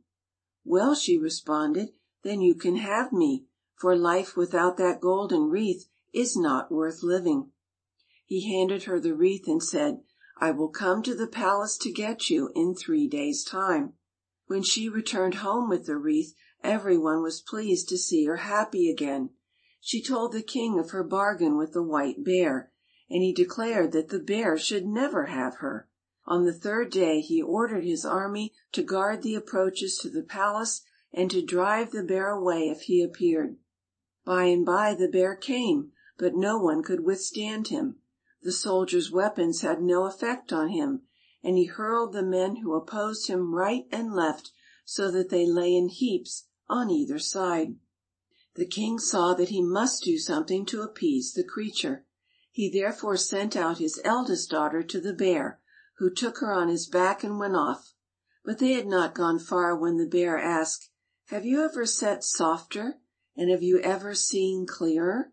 The princess replied, "I have sat softer on my mother's lap, and I have seen clearer in my father's hall." "Oh," the bear said, "then you are not the right maiden," and he ordered her to get off his back and go home. 3 days later the bear again went to the palace, and again the army attempted to drive him away. But he dashed the soldiers down like grass, and the king sent out to him his second daughter. The white bear took her on his back and went off. Presently he asked, "Have you ever seen clearer, and have you ever sat softer?" "In my father's hall I have seen clearer," she replied, "and on my mother's lap I have sat softer." "Oh, then you are not the right one," the bear said. "Get off my back and go home." 3 days passed, and he once more went to the palace. The army tried to keep him back, but he tossed the soldiers hither and thither until the king saw how helpless the contest was, and sent out his youngest daughter. The bear took her on his back and went away. When they had gone deep into the woodland, he asked, "Have you ever sat softer or seen clearer?" "No, never," she replied. "Ah," he said, "you are the right one." After a while they came to a castle that was much grander than her father's palace. "This is to be your home," the bear said, "and I hope you will live here happily. There will be nothing for you to do except to see that the fire never goes out."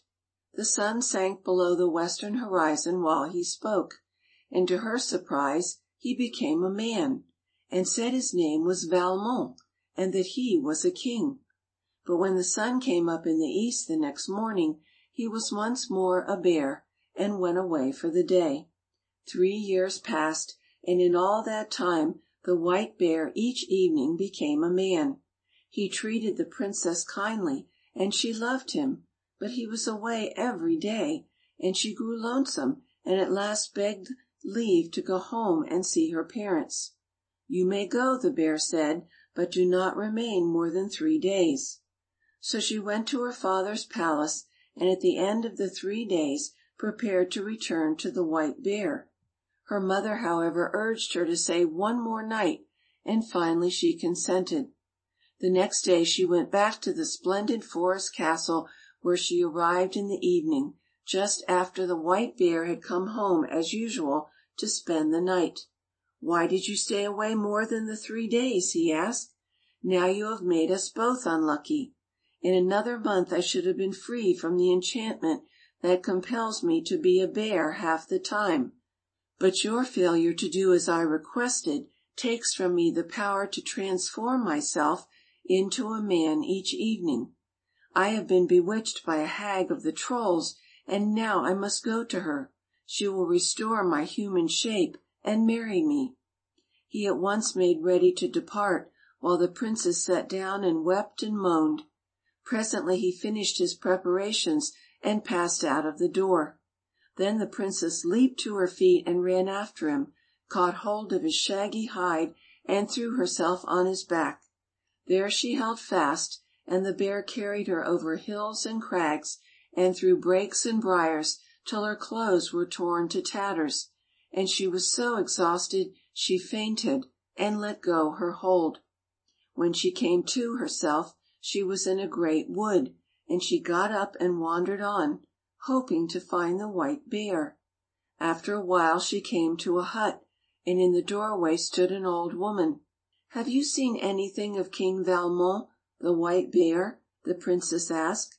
"Yes," the old woman said. "He passed by here this morning early, but he went so fast you'll never be able to catch up with him." A little girl was running about in front of the hut, playing with some golden scissors. She waved them about, clipping in the air, and as she did so, splendid pieces of silk and satin cloth fell to the ground around her. Plainly, whoever possessed those magic scissors could never lack fine raiment. The princess was about to resume her journey when the little girl said to the old woman, "I would like to give my scissors to this stranger. She needs them more than I do."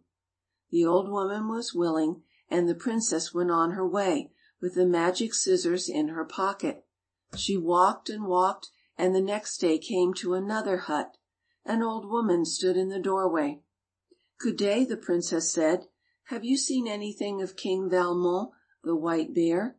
"Yes," the old woman replied. "He passed by yesterday, but he went so fast you will never be able to catch him." On the floor inside of the hut a little girl was playing with a magic flask from which could be poured out any drink a person might wish to have. She rose and brought the flask to the princess. "Take it with you," she said. "You have a hard journey before you and need it more than I do." So the princess accepted the flask and went on, and the next day came to a third hut. She greeted an old woman who stood in the doorway and said, "Have you seen anything of King Valmont, the white bear?" "He passed here day before yesterday," the old woman replied, "and he went so fast you will never be able to overtake him." On a bench beside the door a little girl was playing with a magic napkin, and whoever had that napkin could say to it, "Napkin, spread yourself out and furnish me dainty food," and the napkin would immediately have an excellent dinner arrayed on it. The little girl handed the napkin to the princess and said, "Your journey is so hard and lonely, you need the napkin more than I do." The princess thanked her and took the napkin and went on. She came to a mountain the next day, and it was as steep as a wall, so she could not climb it. Close to the base of the mountain was a hut.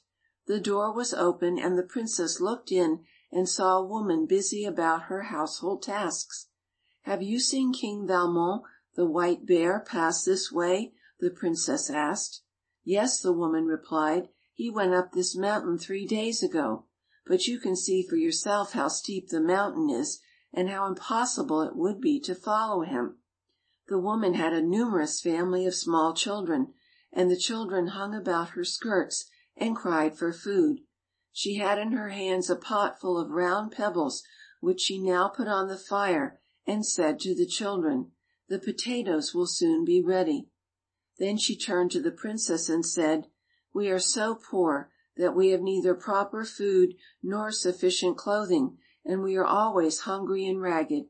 It goes to my heart to hear the children constantly crying for something to eat. So I have put the pot full of stones on the fire and told them the potatoes will soon be ready. That will quiet them for a while." "Perhaps I can give them something better than boiled stones," the princess said, and she got out her napkin and flask. With the help of these she furnished a feast to which they all sat down in great happiness. When the children had eaten and drunk as much as they wanted, the princess cut them out some clothes with her golden scissors. "Well," the woman said, "since you have been so kind to us, it would be a shame if I did not do all in my power to assist you to climb the mountain. My husband is one of the best blacksmiths in the world. Stay here and rest till he gets home, and I will have him forge you some claws for your hands and feet that will enable you to crawl and scramble up the steep mountainside." As soon as the blacksmith arrived, he set to work making the claws, and next morning they were ready. The princess at once put them on and began climbing. All that day and all the following night she slowly toiled upward, until she was so tired she could scarce lift hand or foot, and thought she must slip and fall down the precipitous rocks. But just then she reached the top of the mountain, and found herself on a broad level plateau, and near at hand was a castle which swarmed with workmen who were as busy as ants on an ant-hill. "What is going on here?" the princess asked.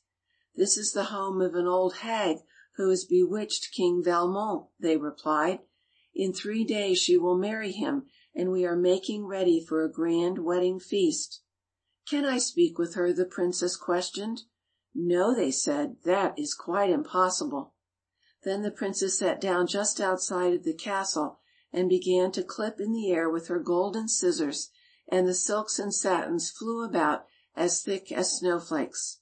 Soon the old hag looked forth from a near window and said, "Those scissors can do more than all the tailors in my employ. I would like to buy them." "They are not for sale," the princess responded, "but you can have them if you will let me visit King Valmont this evening." "Very well," the old hag said, "you have my permission and welcome."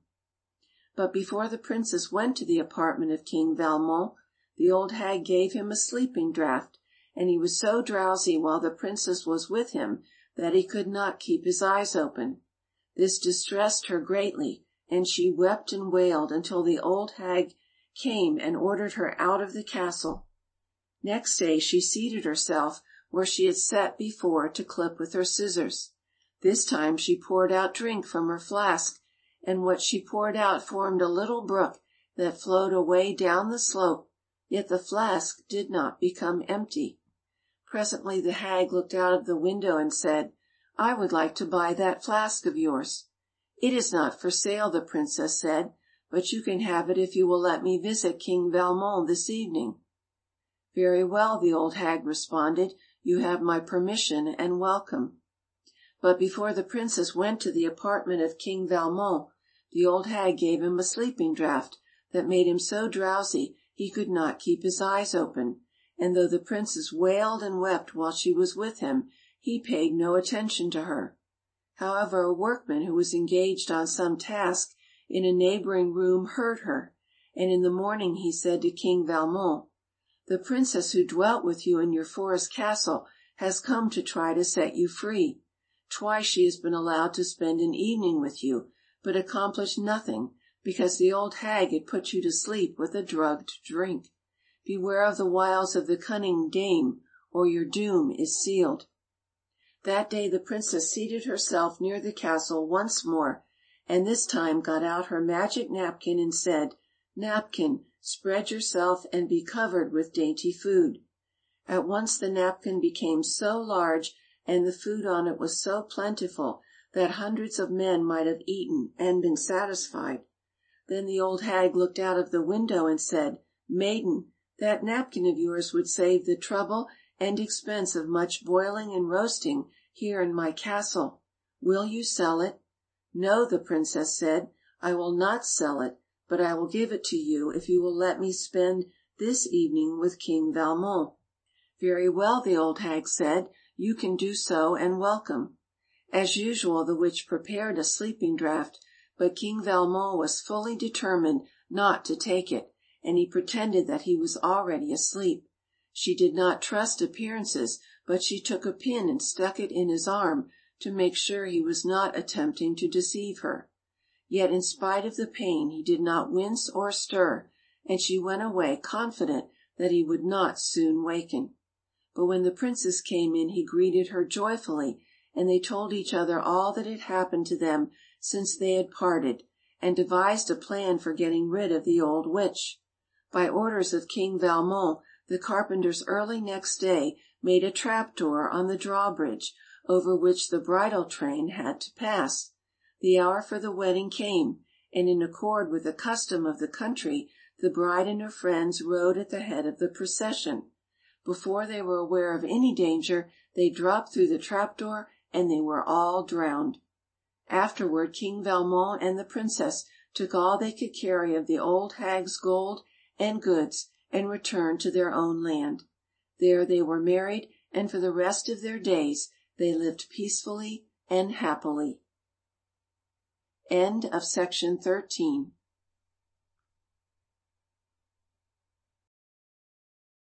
By Clifton Johnson. Section 14. The Bear and the Little Old Woman. There once was a little old woman who lived in a cottage on the edge of a forest, and one summer day she took a basket on her arm and went deep into the woods in search of wild cherries. After a time she found a tree loaded with ripe fruit, and she climbed up among the branches and began to fill her basket. While she was thus engaged, a bear happened along, and he looked up in the tree and said, "Come down, old woman, that I may eat you." "Go along with you," she retorted. "Why should you eat an old scrawny creature like me? Here, I'll throw you one of my shoes to gnaw on. Be satisfied with that, and trouble me no more." So she threw one of her shoes, and the bear gnawed at it and gnawed at it. But the more he gnawed, the hungrier he grew. At last, growling with rage, he turned his eyes upward and said, "Come down, you old wretch, and let me eat you." "Just wait a little longer," she said. "I want to fill my basket with cherries. Meanwhile, you can have my other shoe to gnaw." So she threw down her shoe. But the bear found it no juicier than the first one, and he soon stopped chewing it, and waited as patiently as he could for the little old woman to descend from the tree. When she had cherries enough, she said to the bear, "Surely you could not find much pleasure in eating me, who am only skin and bones. I invite you to go with me to my home, where I have a little boy and girl. How would they suit you?" "They'd suit me exactly," the bear replied, "and I wish you would hurry." Then down came the little old woman out of the wild cherry tree and went home, with the bear tramping along close behind her. They arrived at the house, and the little old woman said, "Mr. Bear, I'll tell you what you must do. You must wait until the children have had a good supper, for that will make them all the fatter. I will start preparing it at once, and you can run around outside to get a better appetite." This sounded reasonable, and the bear went out and had a lively run in the forest. By and by he returned to the cottage and rapped at the door. "Little woman," he called, "here I am. Now bring me the children. I'm half starved." "Oh," the little old woman responded, "you've come too late. The boy has made the door fast with its stout iron bolts, and I've just put both the children to sleep in their beds. I couldn't think of waking them, and I'm too old and feeble to unbolt the door myself without help. Come some other day, won't you?" Then the bear perceived that he'd been fooled, and he walked reluctantly away with a drooping snout and an empty stomach. End of section 14. Recording by Andrew Calvillo.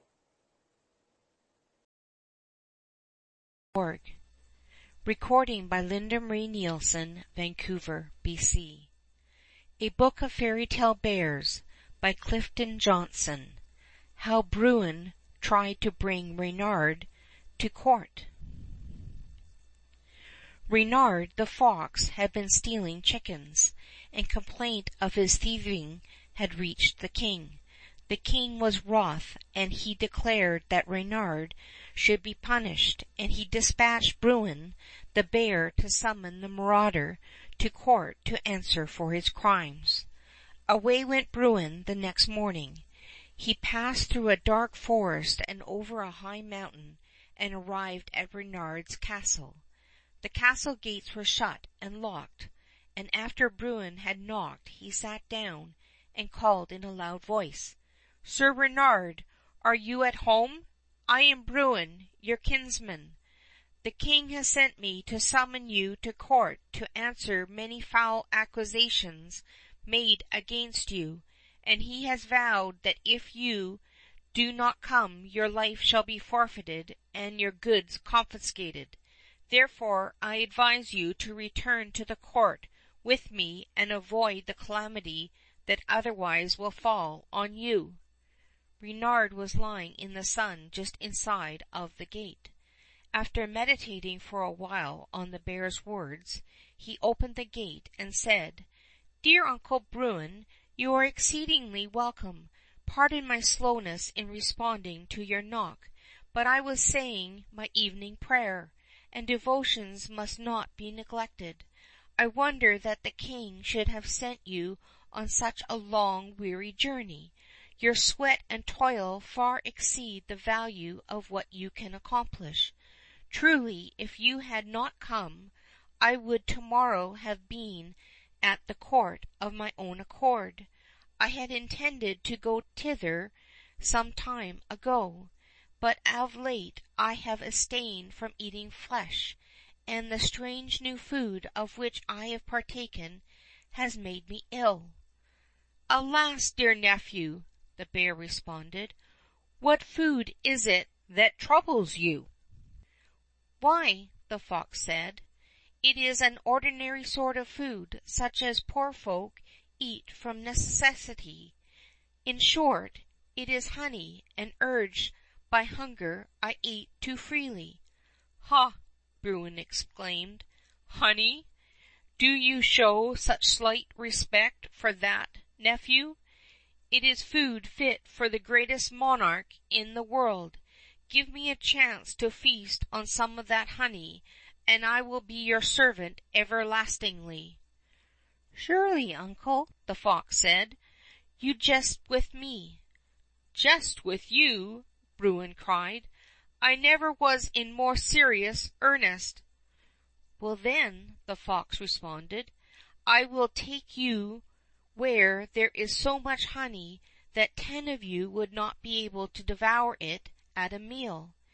It is in the farmyard of a man named Lanfert, who dwells not far away. Let us go thither at once." The bear laughed for pleasure, and thanked the fox heartily for his kindness. They set out together, and soon came in sight of Lanfert's house. This Lanfert was a stout and lusty carpenter, and a few days previous he had brought into his yard a great oak log and started to split it. He had driven in 2 thick wedges, which had opened a wide cleft. The fox pointed to the partially split oak, and said, "Dear uncle, there is an enormous amount of honey in that tree. You have only to thrust in your head, and you can eat to your heart's content. But I beg you to be discreet in your feasting, for a surfeit is dangerous." "Trouble not yourself on that score, nephew Reynard," the bear said, and he hurried to the log and thrust his head deep into the cleft. Immediately the fox knocked out the wedges, and the bear was fast caught. Bruin began to whine and howl and scratch and tumble about, and the fox said mockingly, "Is the honey good, uncle? Eat not too much, I beseech you, lest it should make you sick and hinder your journey to the court." Then the fox went away toward his castle. By this time the noise in the yard had brought Lanfert out of the house.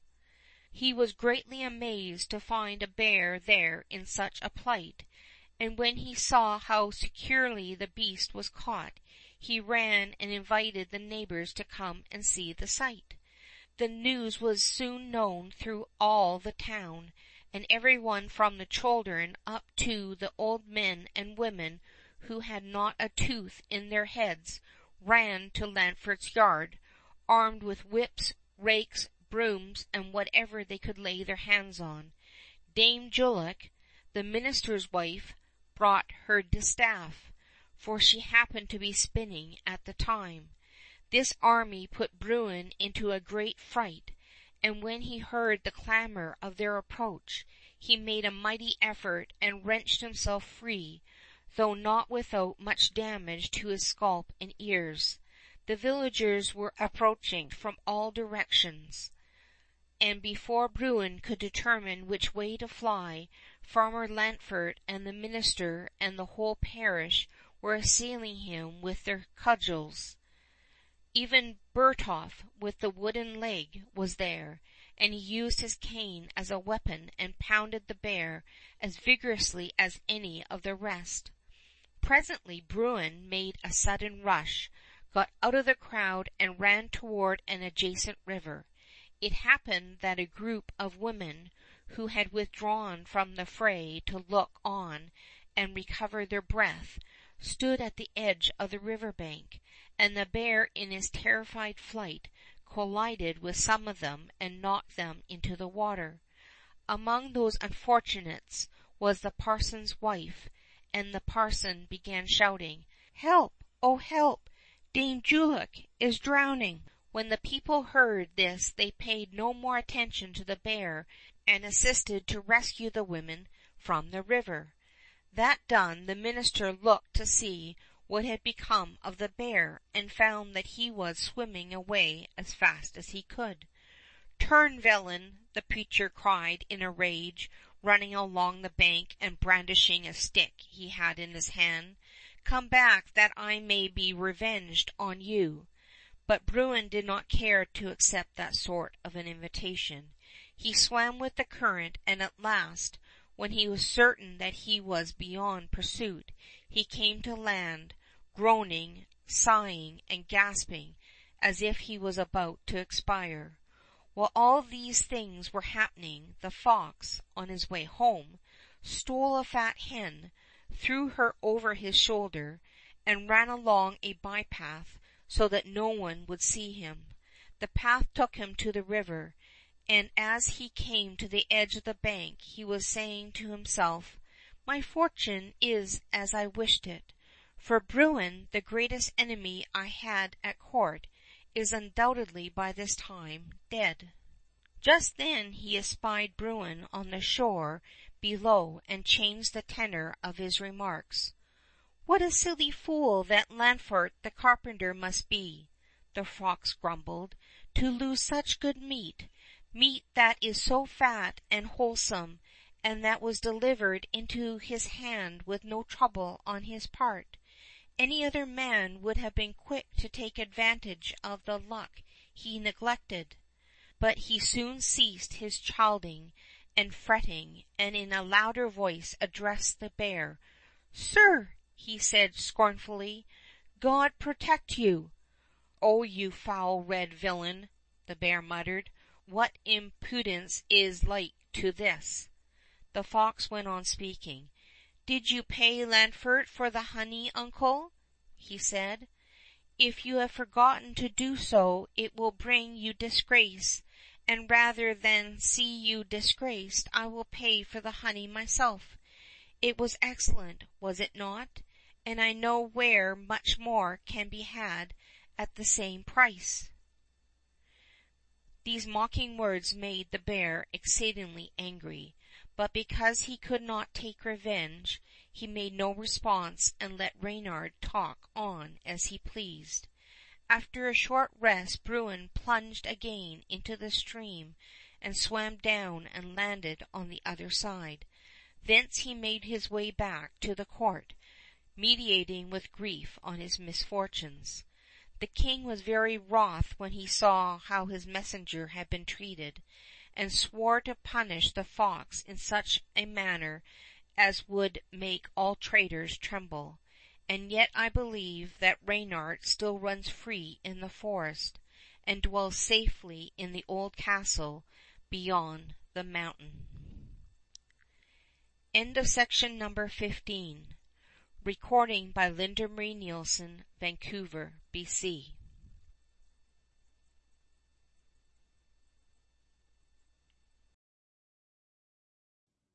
Recording by April 6090, California, United States of America. A Book of Fairy Tale Bears by Clifton Johnson. Chapter 16. The Bees and the Bears. There was a time when the honey bees had no stings, and were as harmless as houseflies. They were just as industrious as they are now, but they had no end of trouble. They could not defend their honey from the many creatures that loved it, and stole it at every opportunity.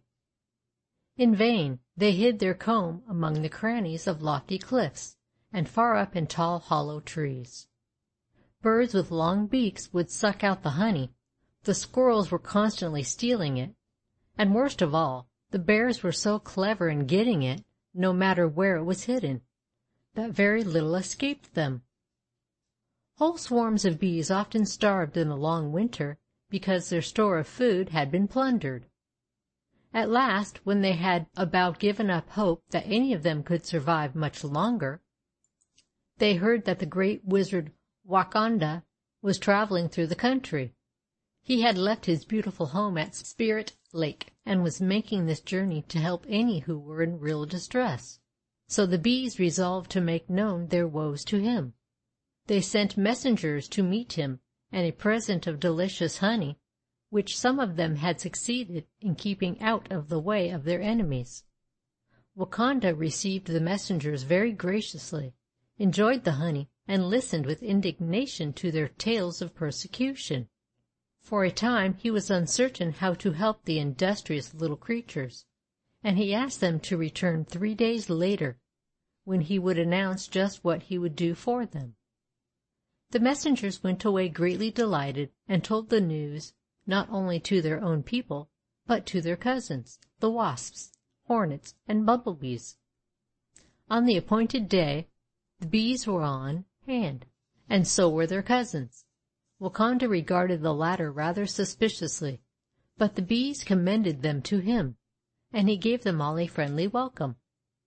Then he made a speech and praised the bees for their industry in gathering food during the summer to eat in the long cold winter. He ended by giving them the same sort of weapons that their cousins possessed.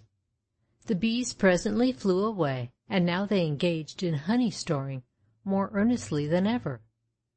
Not long afterward, a couple of bears, who were roaming through the forest, saw some of the bees going in and out of a knothole in a big tree.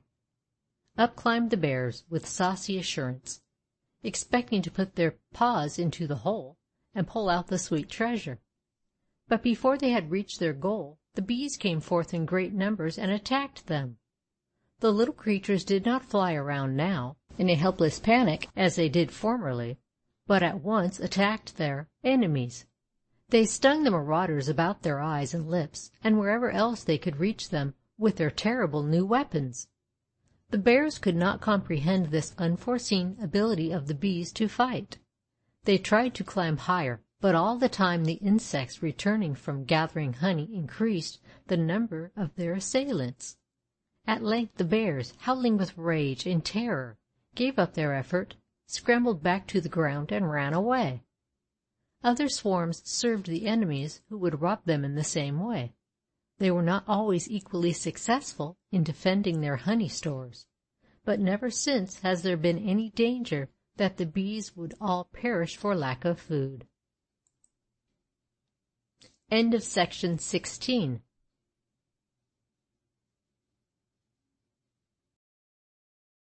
Johnson. Bruin's Ride. Once upon a time there was a farmer who drove far up the mountainside with his sledge to get a load of leaves for stable litter to keep his cattle warm in the winter. When he got to where the leaves were plentiful, He backed his sledge close up to a convenient bank, and began to pitch them on the sledge. But in the midst of the leaves lay a bear who had curled up there to sleep through the winter. Soon he felt the man trampling about, and when the man's back chanced to be turned, he made a sudden leap and landed right on the sledge. The horse got wind of Bruin, and was so frightened he ran off down the descent toward home 10 times faster than he had come up, and he carried the bear along as a passenger. Bruin was not lacking in courage, but such a ride made him anxious, to say the least. There he sat, holding on as well as he could, looking timidly this way and that, as he sped along in the hope that he might see some place where he could throw himself off with safety. However, he dared not risk a tumble. When he had gone some distance he met a peddler, who said, "Surely that is the sheriff. Whither can he be going? He must be journeying far, and have little time to spare, he drives so fast." As for Bruin, he spoke never a word. He had all he could do to hold on. A little farther along he met a beggar woman who said, "Ha! That is the parson." She curtsied and begged for a penny in God's name. But Bruin said never a word, and gave all his energy to sticking fast, while he continued his wild flight. Shortly afterward he met Reynar the fox. "Ho, ho!" Reynar exclaimed. "Here is Bruin, out taking a ride." Then he shouted, "Stop a moment, and let me ride with you." But Bruin made no reply. He simply held on like grim death, while the horse ran as fast as he could lay hoofs to the ground. "All right," Reynard screamed. "If you won't take me with you, I tell you that although you now travel as if you were a gentleman in your furs, I don't doubt that you'll come to some bad end for driving so like a daredevil." But Bruin heard none of Reynard's ill-natured remarks. The horse galloped on until he got to the farm, and without slackening his mad pace, dashed into the open stable door. The result was that his harness was worn off, the sledge came to a sudden stop, and Bruin was thrown against the side of the stable and killed. All this time the man who owned the sledge knew nothing of what had happened. He continued to pitch forkful after forkful of leaves down the bank, but when he thought he had enough and went to tie the leaves on the sledge to prevent them from slipping off on the journey home, he could find neither sledge nor horse, so he hurried along the road, hoping that the horse had only strayed quietly a little way in search of food. After a while he met the peddler. "Have you seen my horse and sledge?" he asked. "No," the peddler replied, "but I met the sheriff not long ago, and he drove so fast I could feel sure he was hastening to arrest some criminal." The man went on, and soon met the beggar woman. "Have you seen my horse and sledge?" he asked.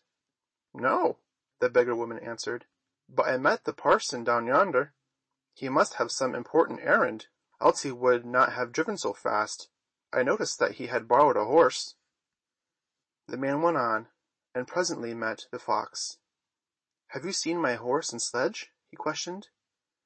"Yes, I have," the fox said, "and my neighbor Bruin was riding on the sledge, and going as if he was running away with stolen property." "The rascal!" the farmer exclaimed. "Perdition take him! He'll ruin the horse with his wild driving." "If he does that," the fox said, "I advise you to kill him, take off his skin, and roast him in your fireplace. But don't forget that you are indebted to me for the information I have given you. If your horse comes out all right, I think you ought to reward me by driving back here with your sledge and giving me a lift over the mountain. I have a fancy to see how it feels to ride instead of going on foot." "Well," the man said, "I'll consider it. Meet me at this spot tomorrow morning." He was sure, however, that Reynard was designing to play off some of his tricks on him, and when he returned to meet the sly fox the next day he carried a loaded gun on his sledge. Instead of getting a ride, Reynard got a charge of shot that ended his life, so the farmer secured both a bearskin and a foxskin. End of section 17.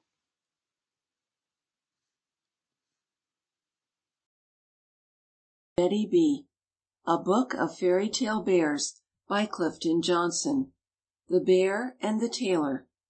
Once upon a time there was an exceedingly proud princess who asked a riddle of every suitor for her hand. She announced publicly that all comers were welcome to try their skill, and that whoever could solve her riddle should be her husband. But for a long time every man who presented himself failed to answer rightly, and was sent away with scorn and derision. It so happened that 3 tailors who were traveling together came to the royal city, and they soon heard all about the proud princess and her riddle, and were disposed to try their luck at winning her. The older 2 were confident they would be successful, because they had made so many fine and strong stitches with never a wrong one. Surely they could not fail to do the right thing here too. The 3rd tailor was a lazy young scamp who did not even understand his own trade, but he thought that luck would befriend him just this once, for if it did not, what was to become of him? The 2 others said to him, "You had better keep away. You'll never succeed with your small allowance of brains." But the youth was not to be daunted, and said he had set his mind on solving the riddle and meant to shift for himself. So he marched off as if the whole world belonged to him. The 3 tailors presented themselves before the princess and told her they had come to guess her riddle. Then, with a low bow, the 2 elder tailors said, "Here, at last, are the right men, each with an understanding so fine you could almost thread a needle with it." "Well," the princess responded, "you notice that my hair is draped, so you cannot see it, but I would have you know that it is of 2 different colors, and you must tell me what those colors are. That is my riddle." "Your question is more easily answered than I expected," the oldest tailor said. "No doubt your hair is black and white, like the cloth we call pepper and salt." "Wrong," the princess announced. "If your hair is not black and white," the 2nd tailor said, "I am confident that it is red and brown, like my father's Sunday coat." "Wrong again," the princess said. "Now let the 3rd speak. I see he thinks he knows all about it."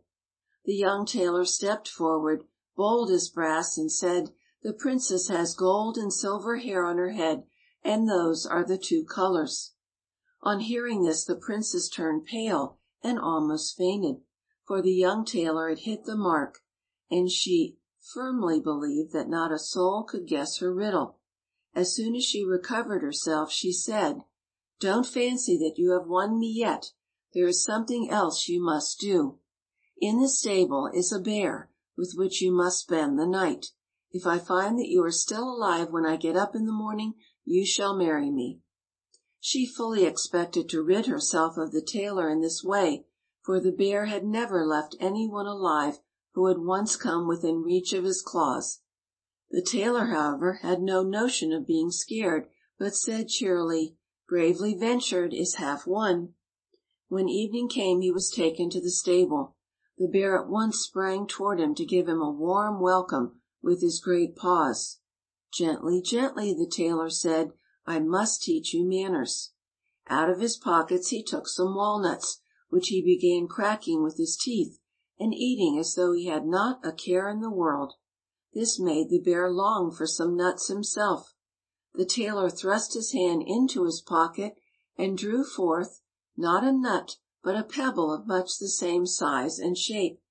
He gave it to the bear, who put it in his mouth, but try as he might, he could not crack it. "Dear me," he said, "what a blockhead I must be! I can't even crack a nut." "Will you crack it for me?" he said to the tailor. "You're a nice sort of fellow," the tailor said. "The idea of having those great jaws and not being able to crack a walnut."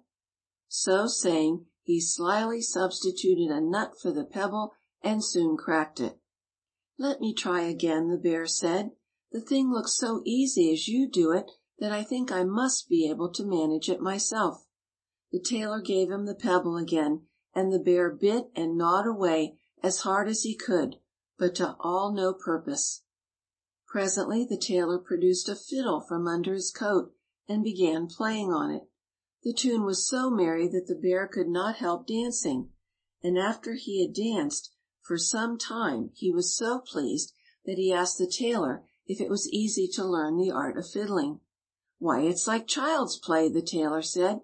"Look here, you press the strings with the fingers of the left hand and draw the bow across the strings with the right hand, so. Then the tune goes up and down, tra-la-la-la-la." "Oh," the bear cried, "I wish I could play like that.